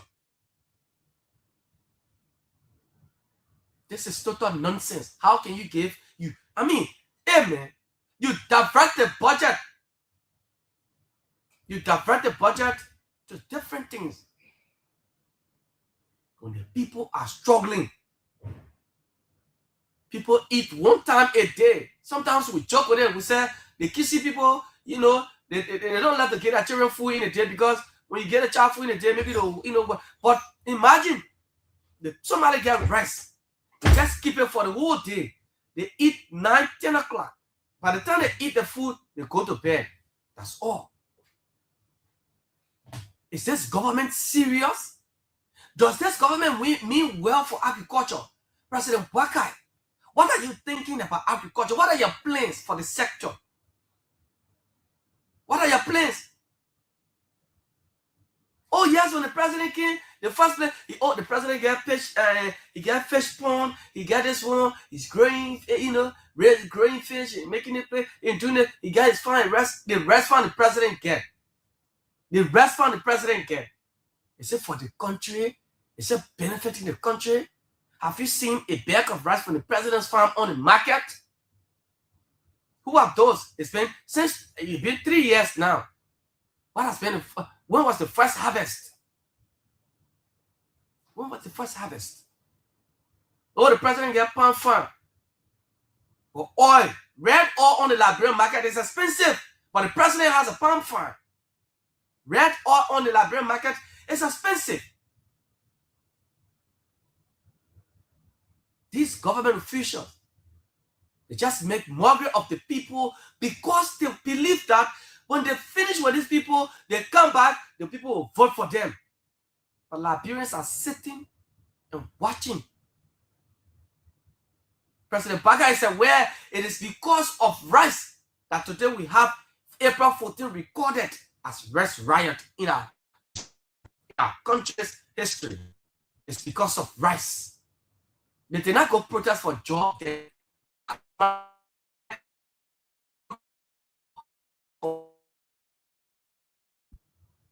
was not what they went to protest for. They protested because of rice. The vice president went to the port and said, oh, good things.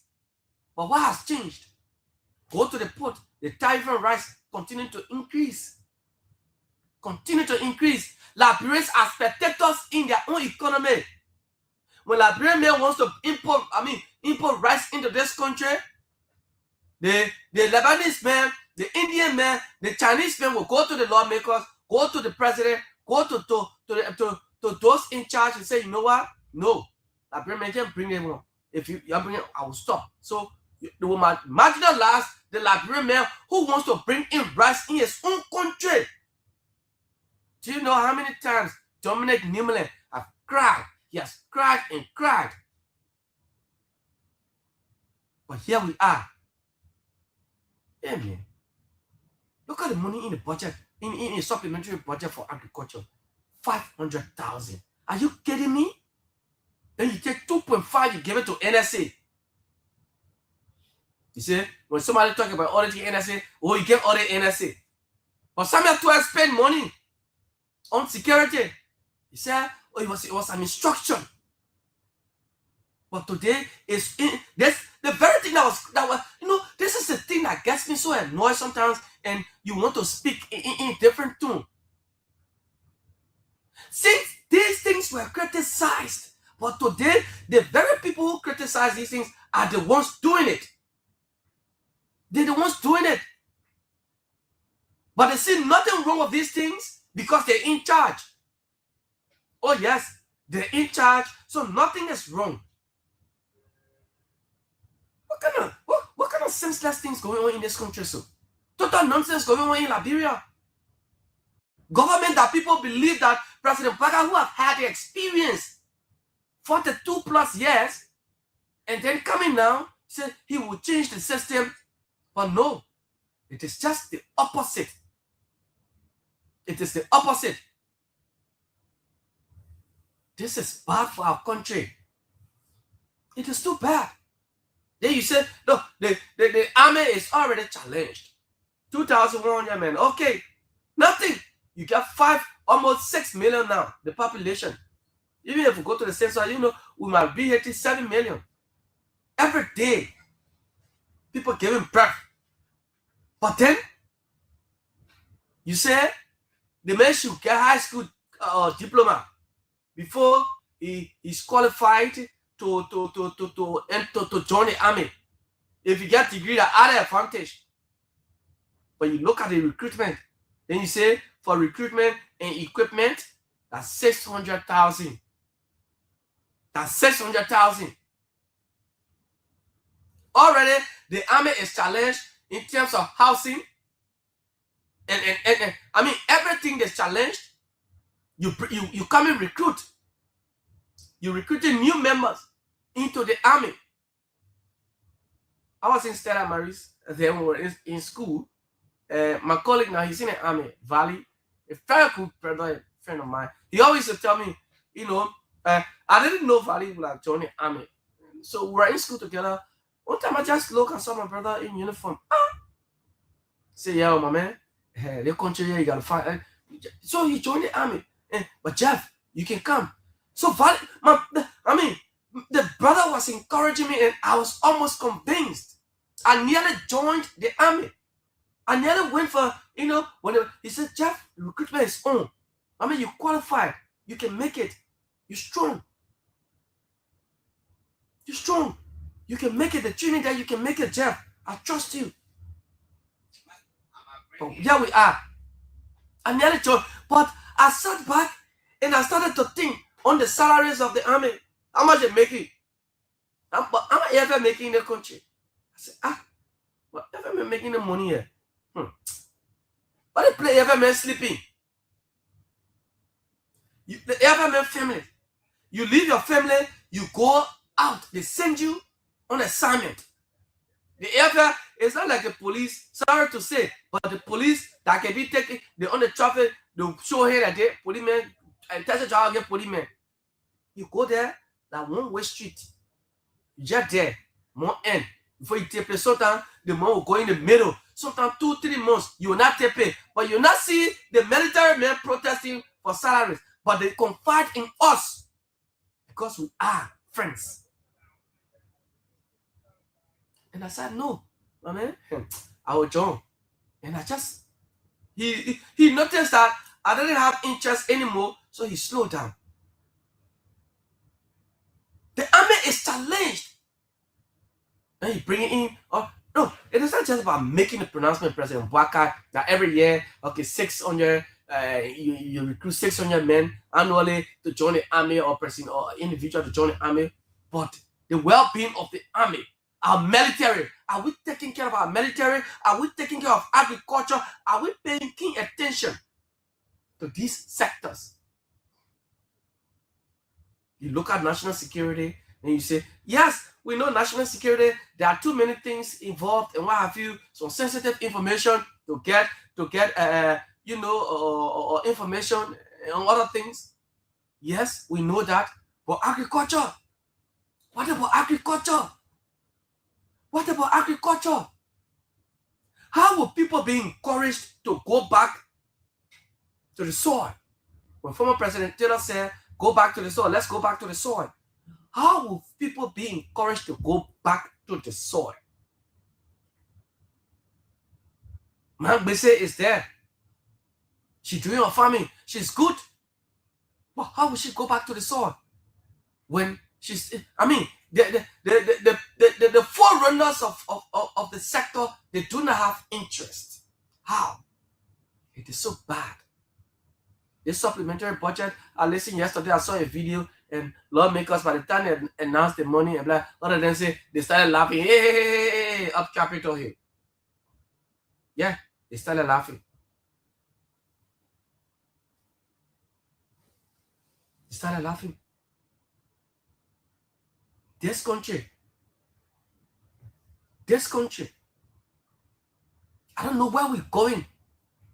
How can you have a no? Sometimes you see, then it just makes me to wonder, or sometimes tell these rascal or rescue boys, you see, that you have no morals to even question George Weah about his leadership.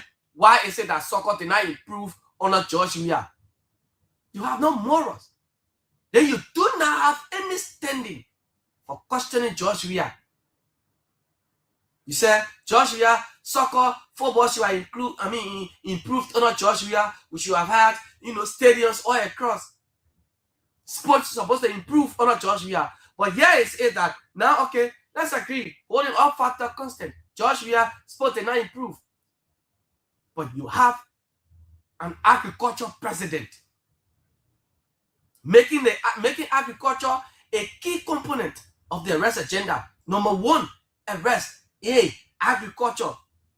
Is the sector improving?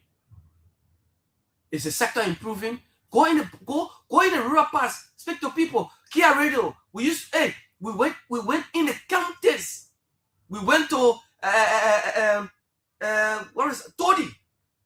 We went Todi to a town. I'm trying to get the town's name. And on our way, we met this guy, processing cassava. The story was so sad that he has his cassava farm. He has planted a large portion of cassava, a very big farm. But who will come to buy the cassava? Nobody.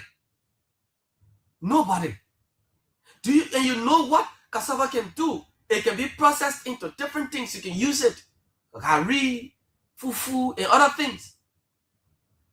But who go there to buy it?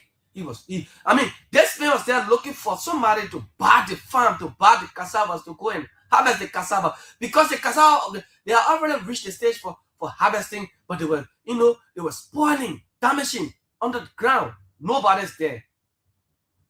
You think if this government was so interested in agriculture and what have you,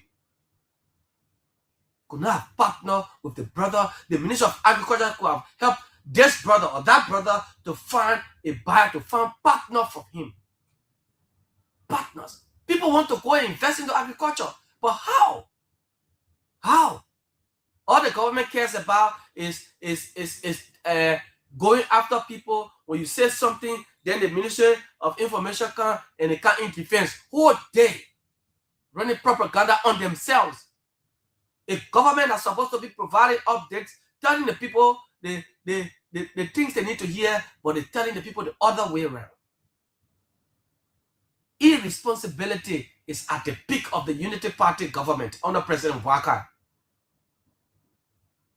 Carelessness, don't care.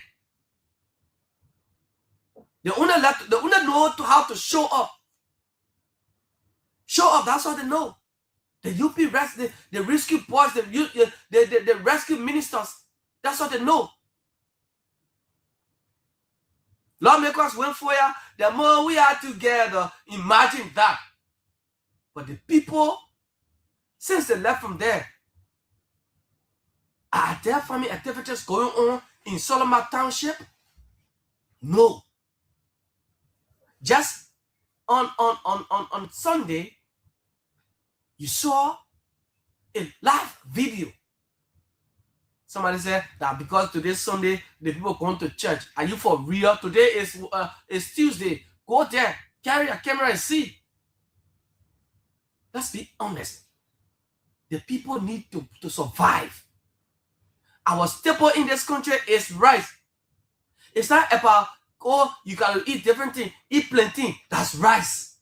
You go up, you come down, rice. The day cassava and other things, the people staple cassava. Panda yams and things start to go like Nigeria start to experience shortage of these things in Ghana. In Nigeria, there will be serious problem. Oh yes, they can eat rice, but the people yam and the cassava, don't play with it. In Ghana, the people maize, their corn, don't play with it.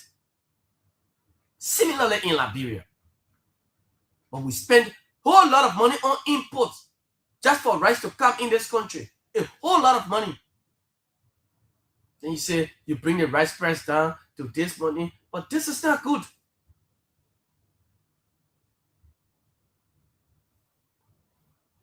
This is not right. How can you allocate $500,000 in the supplementary budget to agriculture? Are you for real, President Weah? This is a shame. It's a disgrace. You prioritize other sector. Then you as an agriculture minister, former agriculture minister, and then oriented with that. But here you are today, you don't care about it. Your farm in Bapolu. How is it impactful on the lives of the people? Who do you harvest the rice for? The rice farm you have in Bapolu. Who do you harvest the rice for? Is it coming on the market? Have you seen a bag of rice say, this is President Weah's rice from the farm of the president? Have you seen it on the market? They don't have interest. The reality is that nothing. They're not changing anything. They're not changing anything. This government came just to lie to the people. You're taking this to be fun. But from now to 2024, the Liberians will hold you responsible. They will hold you accountable for these things. Oh yes, somebody say President Weah only came. Maybe you make the people to believe that he only came to just get his own and go sit down. He's not thinking about re-elections. He doesn't want to come back. He just get his money and go sit down. Is that the case? Is that what you're making the people to believe? That's why when Kumi said, every time he said, well, you can't keep doing the same thing and expect different results. This is it. This is just it. You can't keep doing the same thing and expect different results. You accused George Weah. You told George Weah that, well, sports did not improve under you. But now you hear agriculture, man. Agriculture is not improving under you. You're not doing a genuine thing to improve agriculture. Nothing you're doing to increase. Look at the sector. It's vibrant. A very rich country, rich soil. Even in the capital here, you plant something here in the capital, you see it will start to flourish. Even if you don't water it, it will grow, it will come out, it will germinate. To tell you, when you go to you have these expensive travels and you come back with nothing. Everything MOU. We sign MOU. We sign MOU, have bilateral talks. That the thing that people will eat. 1979, do you know why the people protested? It was because of rice. Let this be a reminder to you, President Weah. Let this be a reminder to you and your government. The people are depending on you to change their lives. Go to Raleigh markets. Prices continue to increase. These various vegetables the people bring. When are you going to have interest in improving the sector? When are you going to have interest in improving agriculture, Mr. President? Yes. Let me bring my colleague Obed in. Yeah, and Jeff, you just nailed it as well. Agriculture is the bedrock of every society. Before we used to say Lofa County, the bread basket of Liberia. Today, Lofa is a dead basket. Isn't the bread basket it's a dead anymore. Basket. We do not see produce from farms coming in huge quantity from Lofa County that will help. Even if you go to Lofa County now, some of these crops are so very expensive. Very much. And produce from the market, from the farm that comes to the market. Even toboggi oil that's expensive. Produced in the county that the entire population of the country eats toboggi oil. It's so very much expensive as well, Jeff. So you see, there's a whole lot that could be done to change things around. We cannot overly emphasize on these things, but equally so, again, we have to just see it as it happens. The love of our country, the way we proceed in our country is squarely falls on the government. because the government is not creating the environment for the ordinary people to make it happen as well. So, well, you have a supplementary budget, and the source of that particular budget also comes from domestic revenue and the World Bank.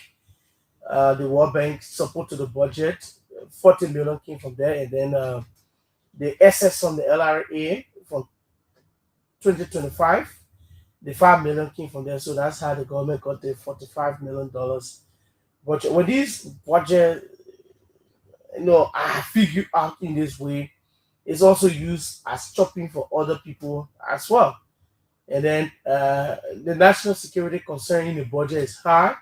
That's why you have NSA, border security, AFL recruitment, intelligence to some extent, because the NSA, you cannot define exactly how you say it. Sometimes somebody will say you don't know the security implication that happens, that sometimes money you should be used in the security sector. Again, sometimes you say, well, we as a nation that we will pump much money security intelligence. At the end of the day, we do not see these things working. When will we have a budget where the ordinary people will smile and say, yes, well, this one is for us, the ordinary people, and it is making an impact on the society. We're just here talking about the vice president visit that sparked out a lot of things from King George. Yeah. Yesterday, I visited the Ministry of Mines in disguise, and the ministry was so basic because of the vice president visit to the mines there in King George. So the Ministry of Mines and Energy now is so basic, putting every record straight, making things in check, researching and doing this one and doing that one.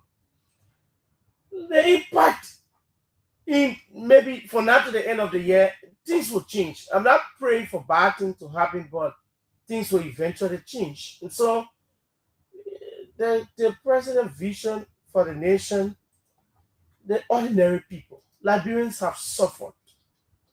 The population is small for the kind of money the country get. The country get plenty of money and we still suffering.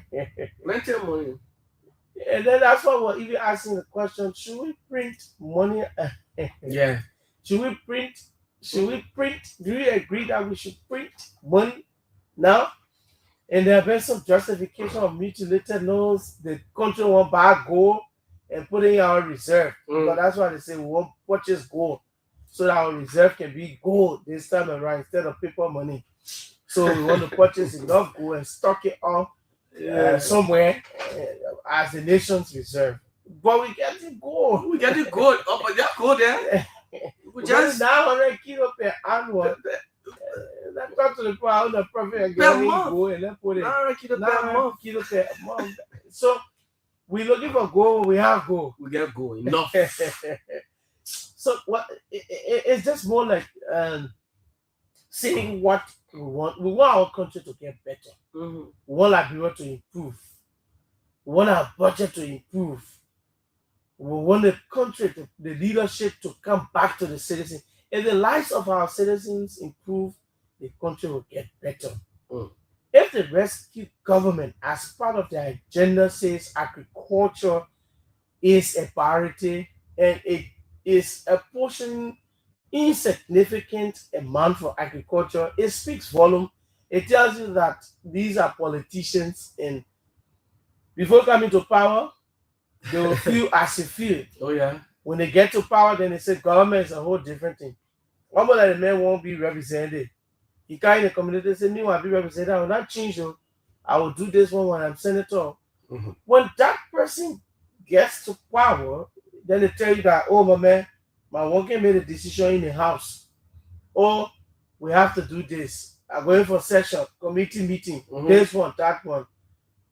They did not know that these things will happen, but they come to you, sit for you in your mouth, in your zinc round, your mud houses, your zinc shops, They sit with you in your 1 bedroom, your 2 bedrooms, and then they talk fun thing as in they are the desire to come and solve Liberian problem.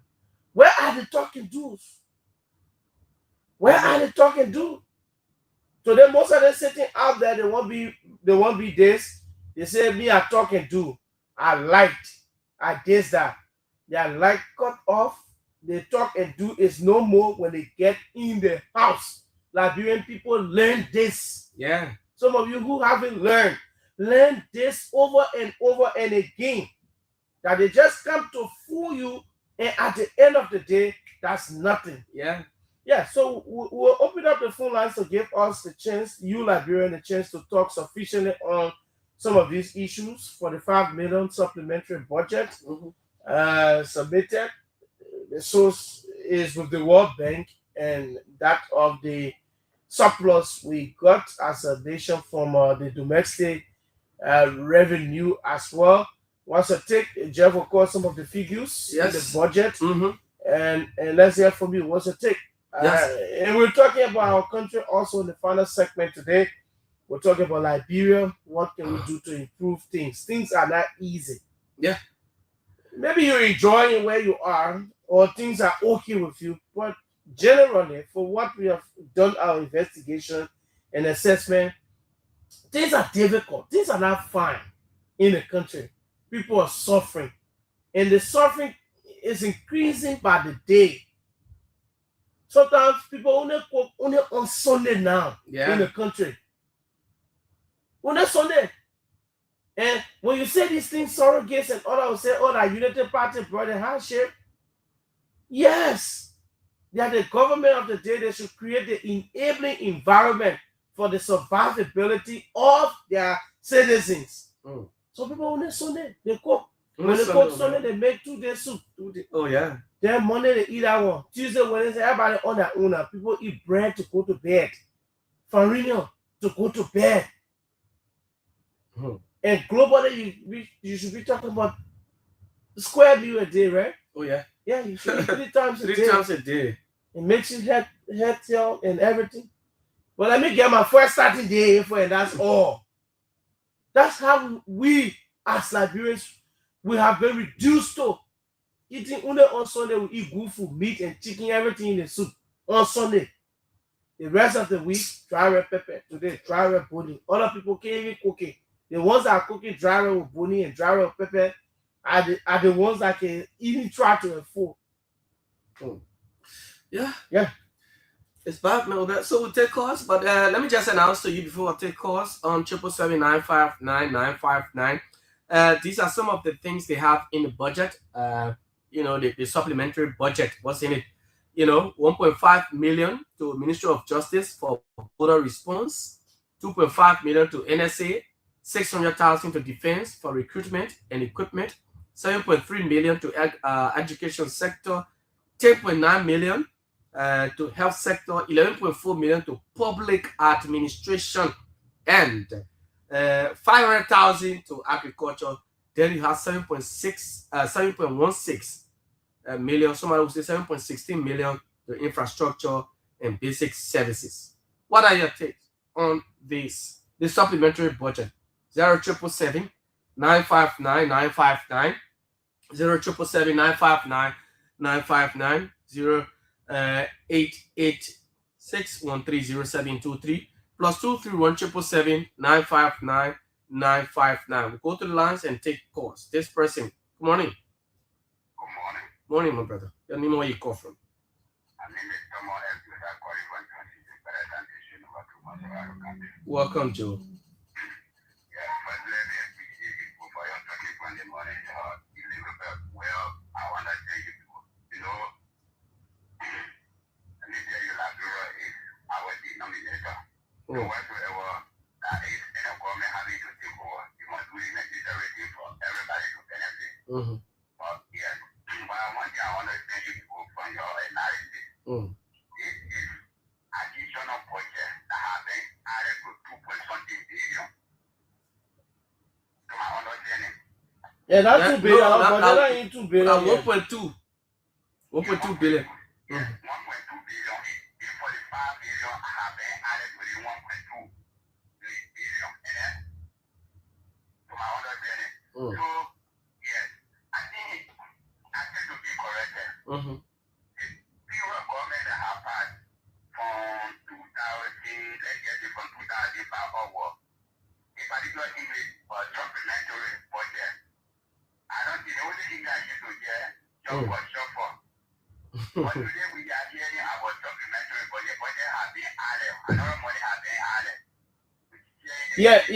Supplementary budget means is an additional financial plan Yeah.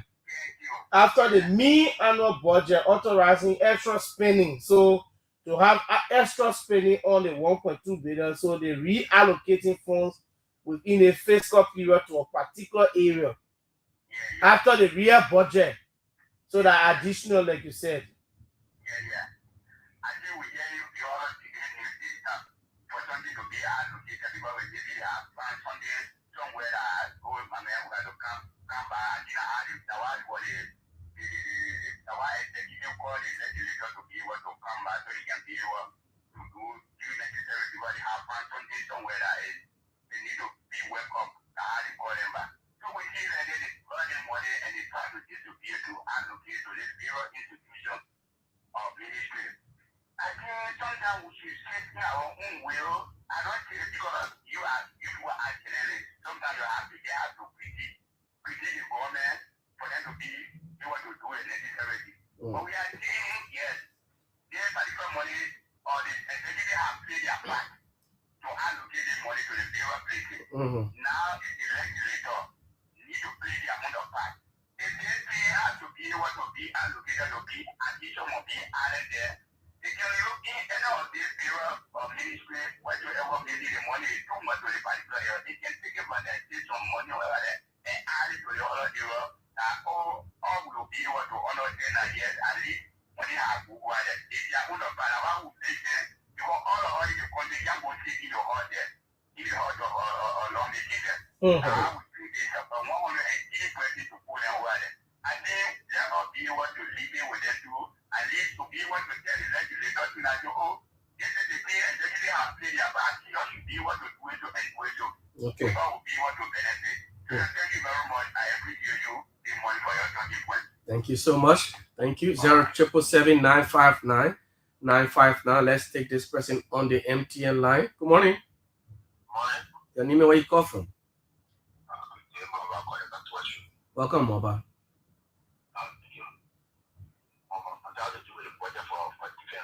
Yeah. Very small. Mm. You saw the more after the celebration. Oh yeah. Celebration Mm-hmm. Nothing. Nothing. If you watch the other country after the celebration, you see the displacing things, and you will like be like, wow. I mean, the project for different very small. That's my content. Okay. Thank you. Thank you so much. Let's take Edmond. Edmond, welcome. Thank you. Yeah. Concern Liberia for justice. Yeah, my brother. Yeah, that is why we are saying, and when I was listening to you and Weah, then I said, but then why we should not talk about April 14th? Because everything that is happening is still reflecting our mind for that of April 14th, even more than why we break ourselves for April 14th. Oh yes, exactly. Everything's still happening. Look at our army you're talking about. Yeah, the army. 600,000. The army. The guys around the police where they were trying to bustle. They are restricted. They come out for purpose. So look at the people. You make sure that everything they need, they get it. They are depending on trial $150, $140 at the end of the month. And we're talking about logistics. It's not there. What can we do? Can we forgo some of our luxurious life and focus on the army? Because these things that happen between us and Guinea, which of course is not settled yet, she said as a reminder and deterrent to Liberian people that there's a need that will pay attention to our army. How did you say 600,000 into our army? Why did you get $45,000 and give it to a lawmaker after every 3 years to buy a new car? Some of the cars are back in the field, it's all about that body, they are not even using it. They take 500,000 you give to agriculture. 500,000 you give to agriculture, where? And 2.5 go to NSA. Imagine. Yes. What can we produce? All of the sector, all of the governmental institutions, they save money there for intelligence. Then we can NSA for. So, when we say the thing is because of opposition don't know. When the government do well, when Grandma Ellen Johnson said it came here, we lost the election 2 times on our leadership. And we were not feeling it because the country was okay. NGO, they were all available. All men was here and pumping money in the country. So the pitch of that was not that fear about opposition at the time outside we lost the election. But here, we are feeling it because it is not easy. So it is time for the government to reflect and do some of those things so that he can be able to bring the necessary change our country. The president just left the country. Look at the delegation that he is carrying. Is it necessary? Another delegation going to war. And the record that you were saying last night, the information ministry is left alone. When I heard the president the last time he tell me that they are the talk of reducing travel, too much of travel. She tried it, there is no result with it. So what can we do to make a just thing? That's what we're talking about. Thank you, Emma. So thank you. We are always reminded and will always be reminded on April 14 because that's which we protested for yesterday. It didn't happen today more than what happened yesterday. Thank you. Thank you, Emma. Ma Sisi, good morning, Mama. Welcome. Good morning, my dear. How are you doing? We okay, Ma. How are you? Yeah, well, thank you. This is my sister. I'm calling from Bea. Thank you. I listened to you. I was just laughing. Why are you laughing? No, I thought you said about drivers. I was just laughing. I always tell you about your show. The ESG jobs that drive a minute. I will tell you, we came for the whole week. So I said, we didn't get to give people behind it. The plane is so you see, 4 houses for 3 homes. If I was to get this much, I'm going to see how you drive it. It's not easy to go on my phone, coming to it. When the bank put it again, they will let that lesson on top. They will let that lesson. That would say about not to say you have to now. That would have put it. You say you will see the phone, you get something up on there. And we'll say what we're saying. We're selling it now. I know. We're selling it. Yes, I thought I was telling you to don't put a lie to us and say when we have one, you're supposed to say the whole 2000, they will put in the pocket. Now they move here. What is doing now? And the men of God said, they should have put their liar. Nothing will happen. They will fix the water and say, but they won't do it today. We are drinking, get the water, take it for life. Let's be there. We just put it now, my son. I will pray for. If you go to the valley, they'll say what we went to go. And when you see what I say, on that valley, you will know what for the past time before you pray for your book. And what did he say? Yourself, he said, no, what is that? What we're going through now, the comment, they're not easy. We have a phone, get to what about them, and that's how we have a position. We have a phone, we can tell people who are free. Okay, we have to get food to eat. But what is what happened today? Let's what this, today, I didn't say what was that people here. Or please, people, no, man, let's play.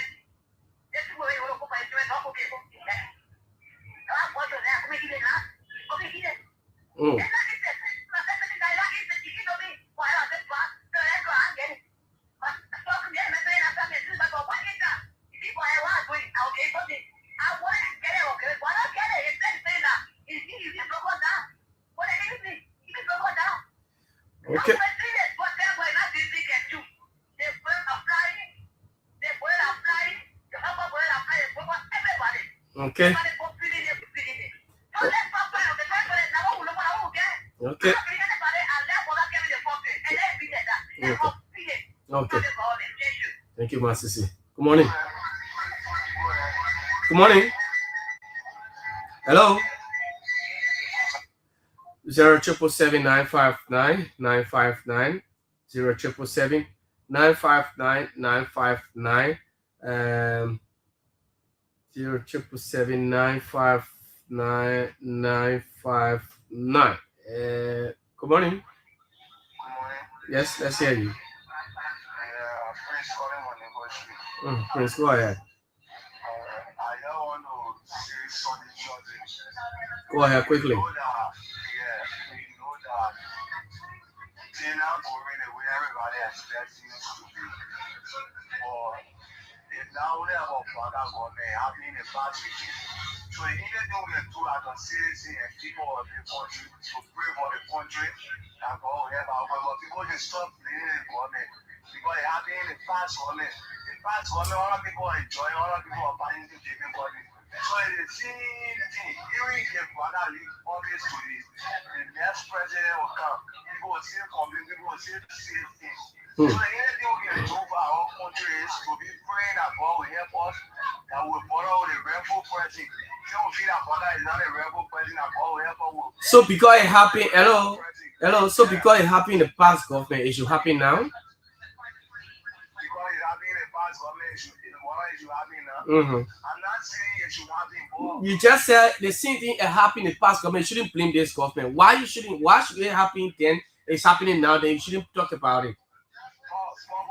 for me, I don't see anything for my own opinion. I don't see anything going wrong within the government. Because the first thing out there, the government, without treating everybody to their audience to put forward and say, oh, you got other people complaining now. I see what they're doing, so we have other people complaining, and they didn't listen. At least we have a president that can listen. When you say something, you take it and work. And work on it. Because with them noticing the problem, noticing what the government does all. They see other people that making the president sack them. We're talking about the supplementary budget. You never witness it in the past government. So I want a woman body showing them people that if you want money to be better, we gotta forget about food, we gotta forget about all that thing and pray to God about and not leadership.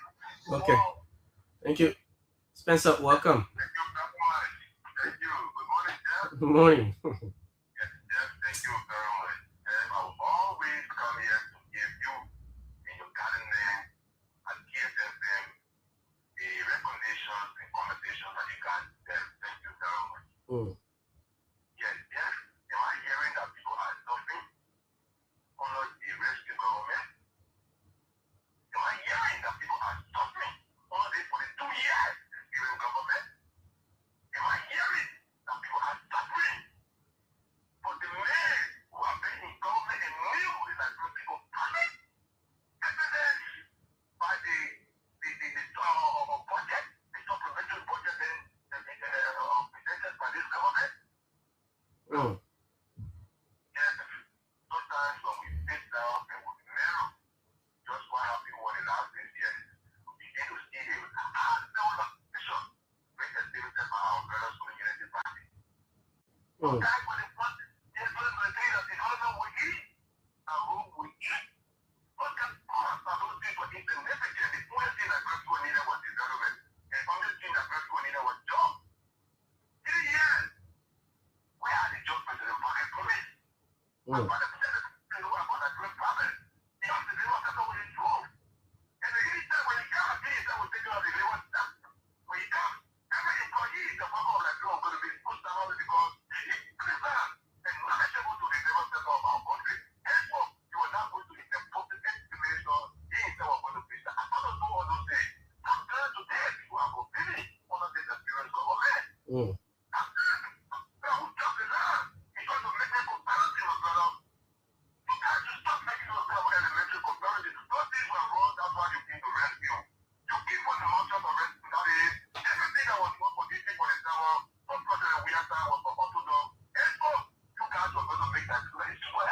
Okay.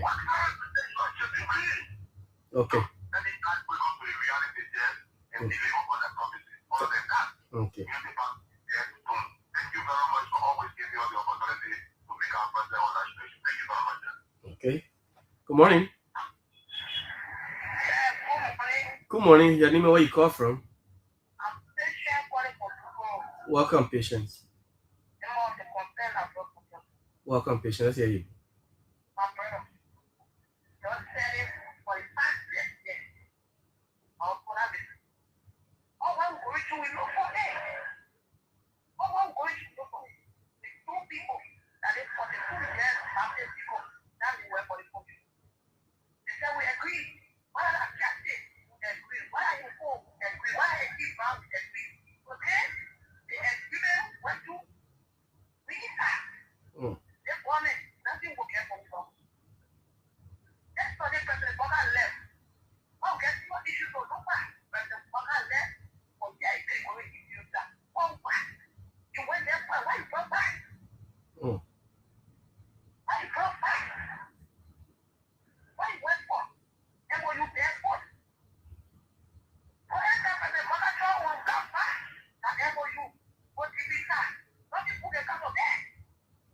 Mm.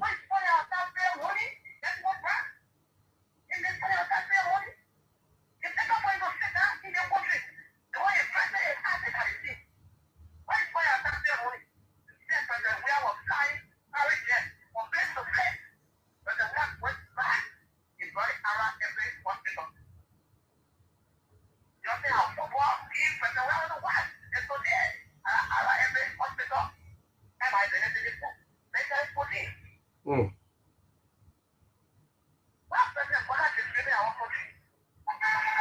Mm.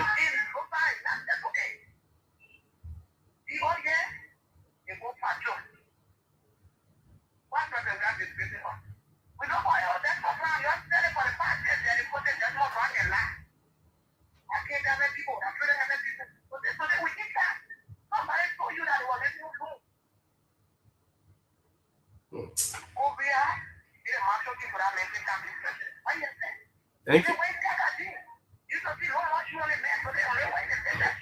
Thank you.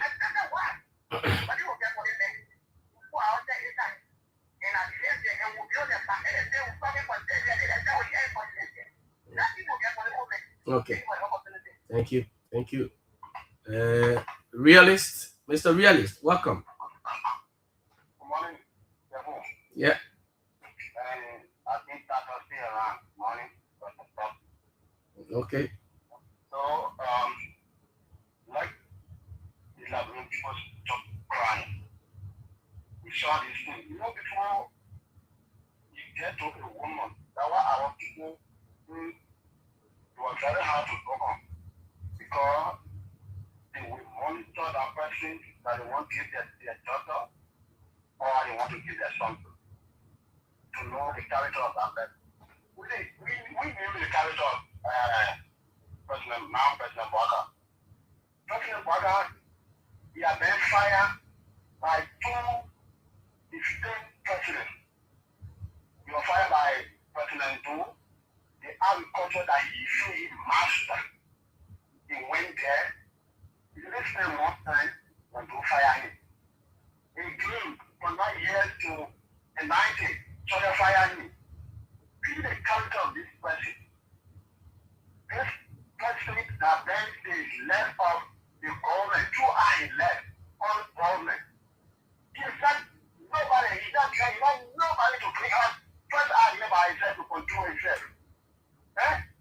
The man is not ineffective. This man, he can rely on government. So today we used to say, President Weah, he go to the other place.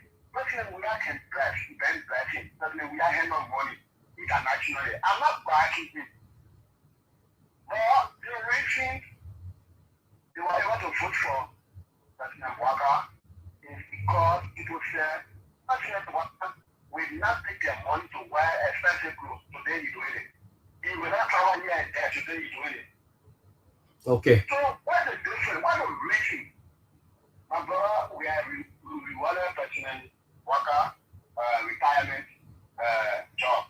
Okay. So you have to really say, God, but that money in question because the budget are not here complete staff, they will use that money for their success in their pocket. See what it is.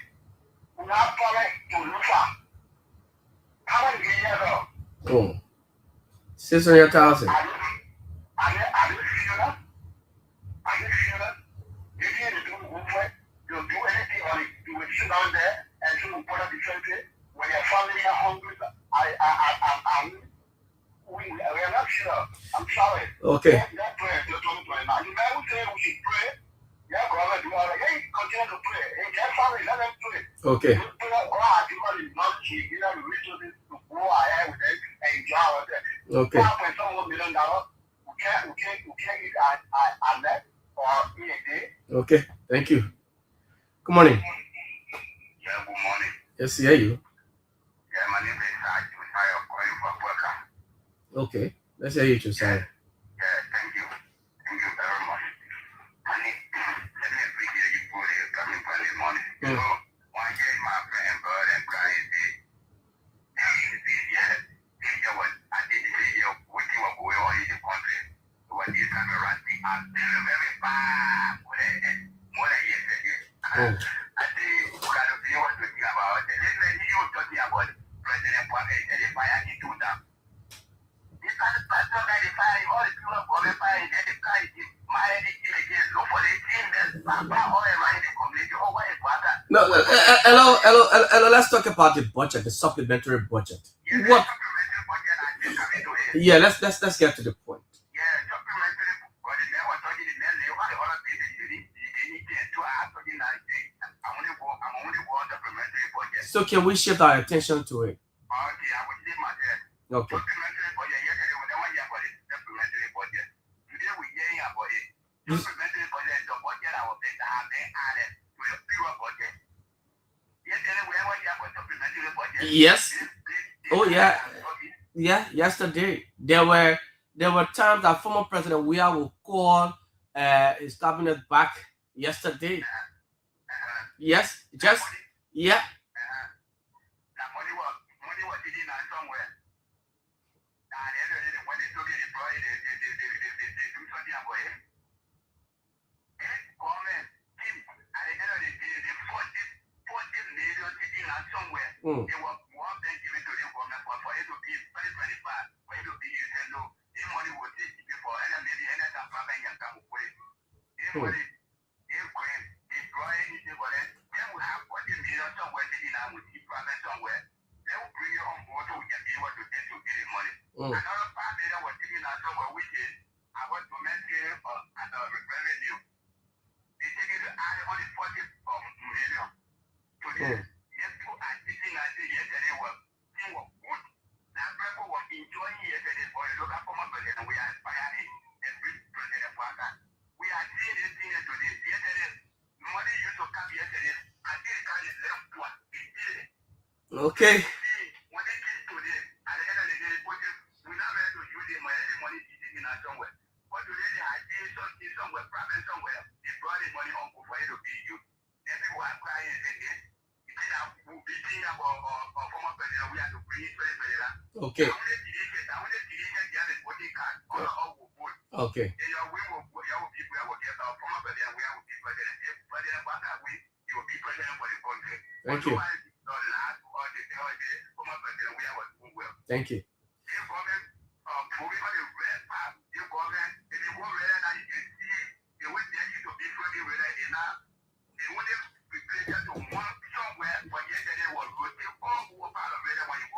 Thank you. Thank you. Thank you. Thank you, sir. Thank you. Mohammed Donso, let's take you quickly. Donso? Yeah, good morning. Yeah, morning, Mohammed. Thank you very much this morning for your top point. Well, my figure this morning is that some of our callers, they want to compare that of, the government, that of private government. Oh, too bad. Well, folks, we have to go. But let me take this last person here on the MTN line. Welcome. Hello.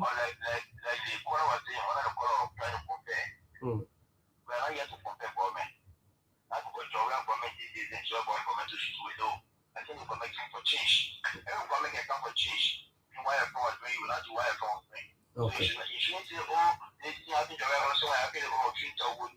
Okay. Another thing I want to ask you a question is that Ministry of Defense out of NSA, which one is bigger? Defense is bigger than NSA, right? Yeah, the defense speaker. Defense is bigger than NSA.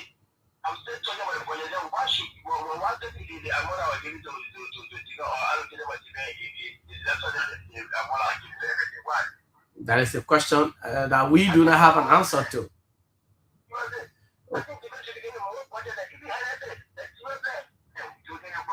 Okay. Thank you so much. Well, folks, we have to go. We've had a wonderful time here on this radio. We have to go. But before I go, let me read you something quickly that the ANC political leader just wrote some 36 minutes ago. ANC political leader Mr. Alexander Benedict has just written something on his official Facebook page, and he says, and this is taking me home, folks, let's stop the hypocrisy. I many times do not agree with Honorable Yeke Koluba's choice of words. However, our commitment to free speech is not tested by the words we like, but rather it is tested by the words that unsettle us. That is the true measure of tolerance and free speech. The House of Representatives claim to be expelling Yeke for statements made about the border, but we all know that they are doing this because of Yeke's fierce opposition to the government he helped bring to power. The things he may have said about those in power must have cut deep, but we cannot use an isolated comment on this border issue, tie it with a ribbon of treason to get rid of a voice we do not like. Honorable Koluba's radical style is nothing new.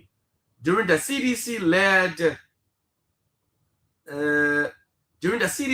administration, Yeke was tolerated as a necessary voice against the ills of that administration. Today, under the Unity Party-led government, his remarks are certainly grounds for expulsion. That is the height of hypocrisy. The same firebrand politics once defended cannot now be condemned simply because they target the current regime. Expelling him is not justified.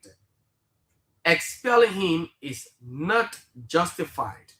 His uncompromising voice, however uncomfortable, is part of Liberia's democratic fabric.